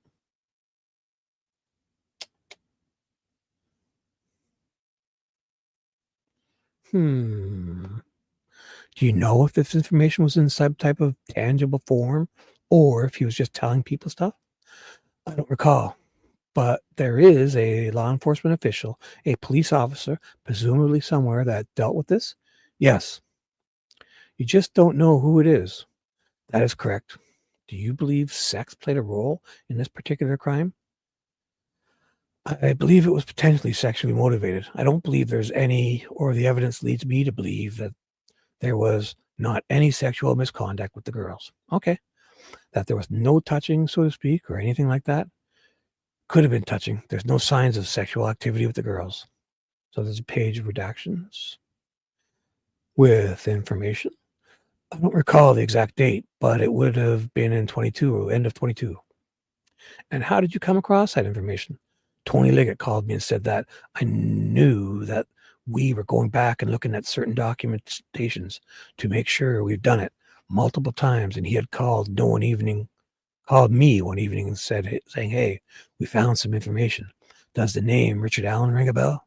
And I said, no, not off the top of my head. And then he told me about the information that they found. Okay. When he told you that, was it your impression that there had been some work already done kind of from a law enforcement standpoint to connect? Yes. Richard Allen with the crime scene? Yes. More than just saying, hey, we've got a report that there was a guy that talked to one of your officers. Not much more, yeah. Okay. So what is your understanding about what contact occurred between Richard Allen and, let's just get to it, Lieutenant Doofus Doolin, I think is what somebody told me. Captain. Oh, right, Captain. I'm sorry, you're right. He just made the most epic fuck up in Indiana law enforcement history and then gets promoted to captain of the Department of Natural Resources or whatever, wherever the fuck he's captain. Dude, Doolin fucked up so bad. And he gets made captain. That's awesome, eh? He may have been a lieutenant then. Lieutenant Dan at the time. Now he's Captain Dan. At the time when he reached out to them. So what I recall is that there was numerous law enforcement agencies involved. I do recall that the Department of Natural Resources being involved. I don't remember specifically who, but obviously Doofus Dan Doolin had received a tip to contact Richard Allen I don't know how he contacted somebody that he was out there, and doofus Dan Doolin met him and did a handwritten report, and that's what pretty much all I know. I thought it was somebody else, I won't say their name, saying that Richard Allen went into the police station with Kathy Allen, and then they said they would send Dan Doolin out the next day or something to meet him.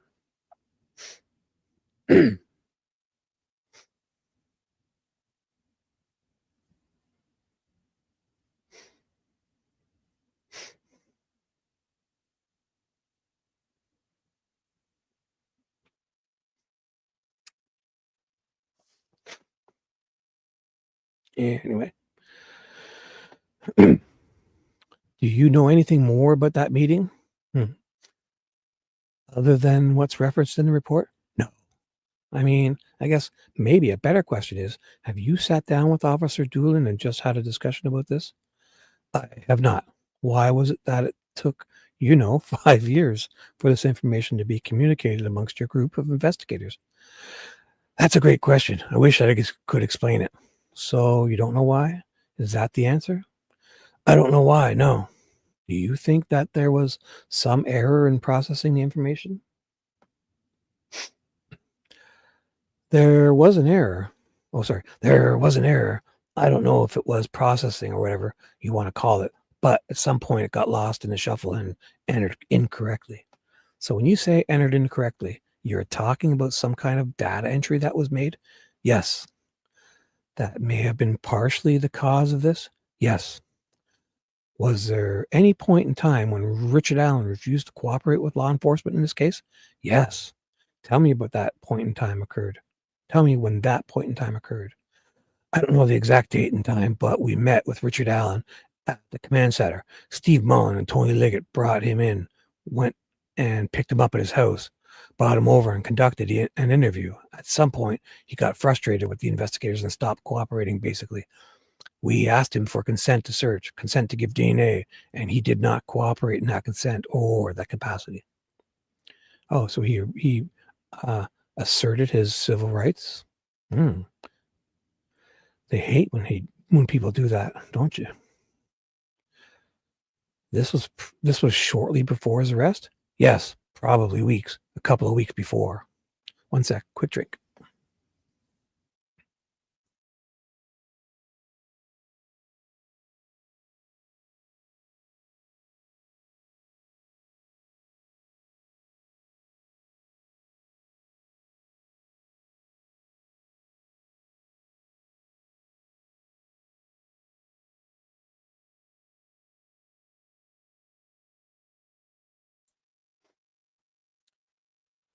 Yes. Oh, who can we put on the story? One second. I was gonna go back, but anyone new? I don't use the fingerprint. Maybe wrong hand. Last time my finger was because I can't. My winter of tires. Oh, you still working on the car? Kelly the Brown? Carol? Are you still around, Carol? You know what? Let's just go with no comment. I'm going to be up here all alone for the remainder of the stream. Ooh, Nicole, just in time. Doofus Doolin. Perfect. I was going to go commentless on screen, but now I'm not. Thank you very much. That's more like it. Guys, joke around. Let's have fun. It's all. I mean, if you get sick of hearing me, feel free to mute me and just talk with everybody in chat. And it doesn't have to be about this. Talk about your day, your car, your plans tomorrow, your vacation 30 years ago. As long as you're having fun, I'm having fun. It's all good with me. Alrighty? Just don't piss me off. Just kidding. Okay, let's do this. Yes, probably. Ooh, were there times when you asked Richard Allen to assist you in his investigation? He did cooperate? I would say that's a fair statement. Tell me when those times occurred and what happened. I mean, he came in and talked to us the initial time, and then he came to the state police post where I had contact with him. So he cooperated in that sense. So on 2 different occasions, you asked him to meet with you to talk about this case, right? Second one, the first one, they went to his house, yeah, and asked him to come in, and he did, yes. Did he know, well, is it your opinion that he knew that you were wanting to talk to him about this case on both of those occasions? In other words, oh, sorry, I think that's a fair statement, yes. In other words, there wasn't any kind of ambush or surprise attack here. Hey, come and talk to us about your grandmother or something that's going on at work. And then, no, absolutely not. Okay. And on both of those occasions, he came in and sat down and talked to you? Yes. He didn't lawyer up or anything like that. He never asked for legal representation. No. Other than those 2 occasions, and I want to make sure I'm familiar with the facts here, was there a third occasion then when you asked him to come in and talk to you? No. Well, not come and ask. I didn't ask him. Clarify for me. I went and attempted to talk to him on a third time, yes, and where was that? It was at Westville Correctional Facility. Oh, okay. So we're already on to Westville. So basically there were 2, I'll call them interviews with Mr. Allen that he cooperated with. And then the third one was when you were saying he wasn't cooperative when he stopped answering questions. Well, he didn't answer any questions the third time. Okay.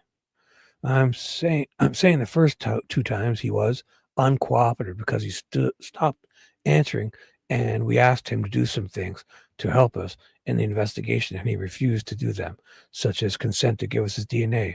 Yeah, he wouldn't help us ruin his life. What a bad guy. After I screamed and yelled at him, treat his wife like rudely. Okay. And consent to search, take a polygraph. He denied all that. He wouldn't cooperate with us on that aspect. Were all of those contacts with Rick Allen either audio or videotaped? Yes. So you never had contact with him while he was in this community without audio or video? No. Even then, I transported him and I had audio. Did you also at some point request some assistance from his wife? Yes. Was she cooperative with you? She did. She did come in and interview multiple times. I'm not sure how many. Was there ever any time when she wasn't cooperating? Nope.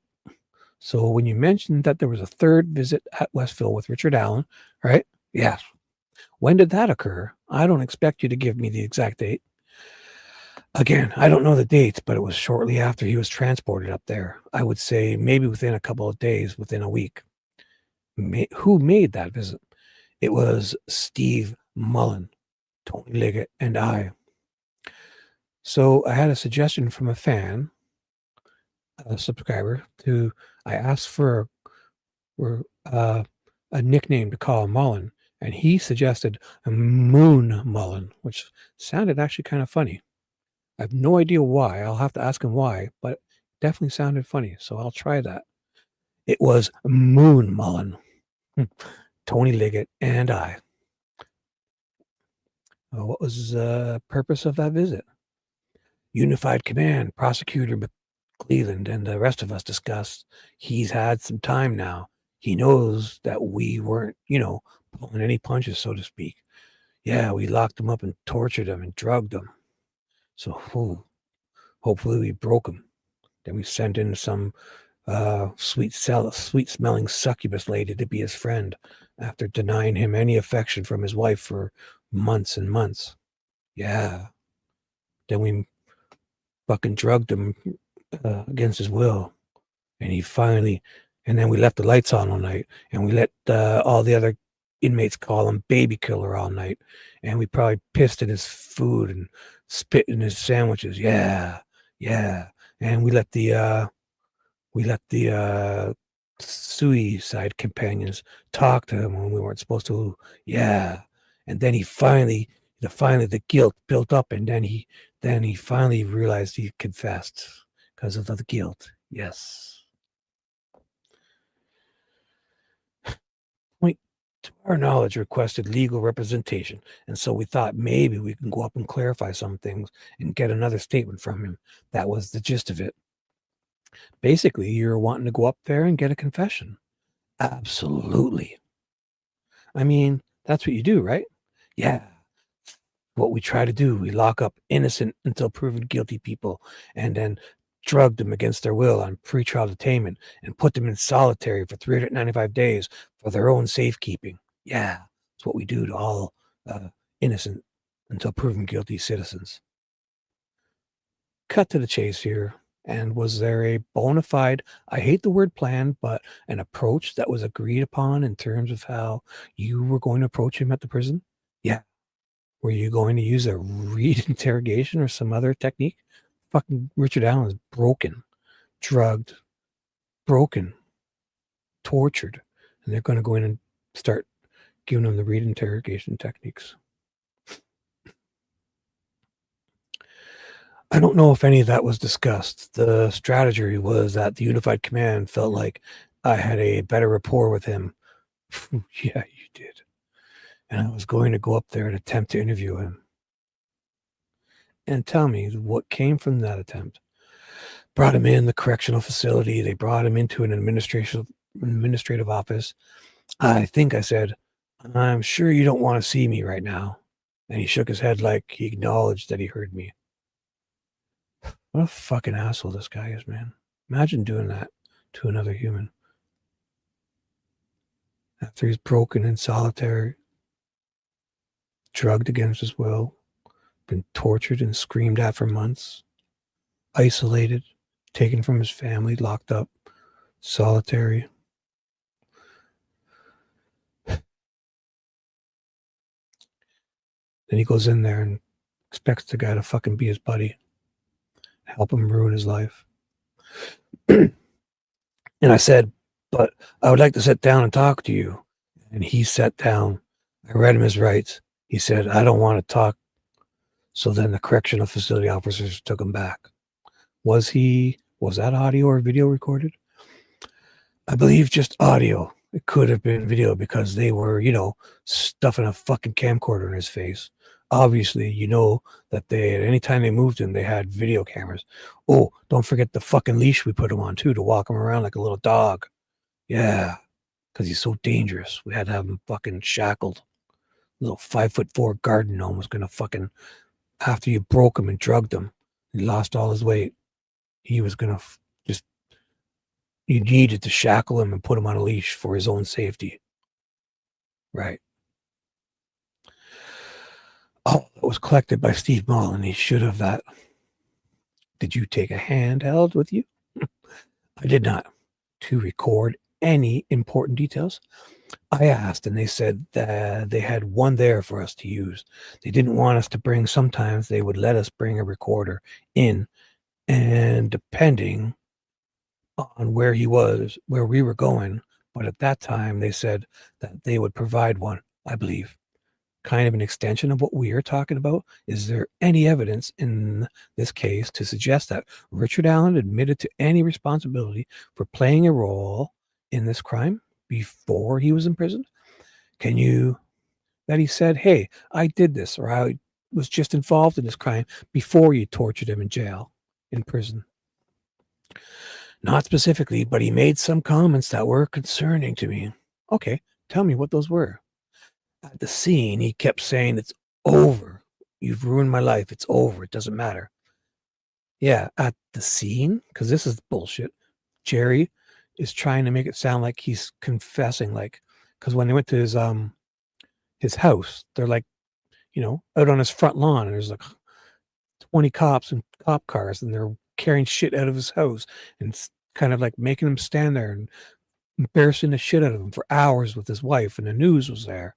There's a whole big spectacle of doing that search warrant. And so Richard Allen is saying, it's over. You've ruined my life. It's over. It doesn't matter, because look at my neighbors. My neighbors are all going to think the worst. The cops are here. And yet he's implying here that he's confessing because, oh, you caught me. It's over. Oh, you caught me, Jerry. You caught me. I didn't lend my gun to anyone else. You're so fucking brilliant. You caught me, Jerry. That's what he's implying here. Yet we know Richard Allen is thinking, oh my God, dude, imagine standing on your front lawn and having your whole street, you know, the whole street was looking at him. That's what he was implying, not that he's guilty. At the scene, at the search warrant scene. I'm sorry. So I was at the search warrant. I was securing the scene. You mean in the home? Yeah, we secured it. And he, at one point, had private contact with him multiple times, actually. And he said, it's over? It's over. What else did he say, Jerry? You would have to refer to my report to get that exact. I did do a report. It was not audio recorded. Oh, it was not. That was not audio recorded. Okay. So he didn't specifically say anything in detail about the crime scene or what had happened. No, I just concerning comments that innocent people don't normally make. You're an asshole, Jerry Holeman. An innocent person doesn't say, hey, it's over for me. You've ruined my life, accused me of something I didn't do.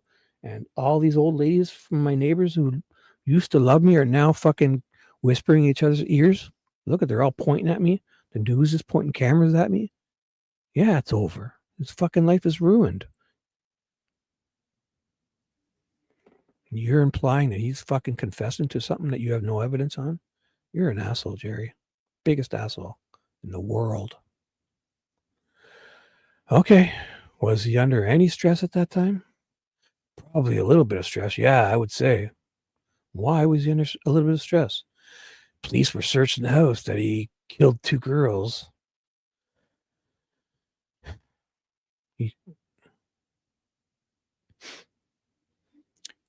He was under stress that he killed 2 girls and probably stressing out that we're going to find evidence to prove that. Okay. Maybe more than a little bit of stress, right? He was smoking a lot of cigarettes. Is there any information or evidence to suggest that he admitted to any of these crimes while he was incarcerated here in Delphi? Not to my knowledge. Same question about White County Jail. Not to my knowledge. Then we get to Westville. You know what? What time is it? Yeah, I think it's time. I'll end it here. I'm going to write down when they get to Westville because it's been 3 hours and 30 minutes. So I'll consider erasing or editing or whatever you call that. What do you call that when you crop? Not trim it. Trim the beginning off of how horribly this one started. But everything else went perfectly, I believe. Ever since, who was it again? It was Troopers. What's her name? Saved the day with 234. Kelly Lou Brown. Saved the day with page 234. So we are pausing. I'm going to put pausing the Jerry Holeman deposition. I'm going to write it down. Pause. The one we started at 234 is going to be paused at 324. Jerry Holeman paused at 324. Ooh, that's funny. We've started at 234. Cool. That's a good sign. There. That's an excellent way to end this. We're finishing on page 324 after starting on page 234. Obviously, there's no real relation except for the fact that it sounds neat. So, I'm also going to put line 22. Look at this line.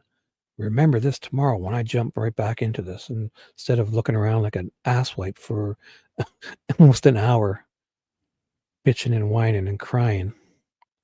Line number 20. Oh boy. I'm even going to write Westville. Ooh.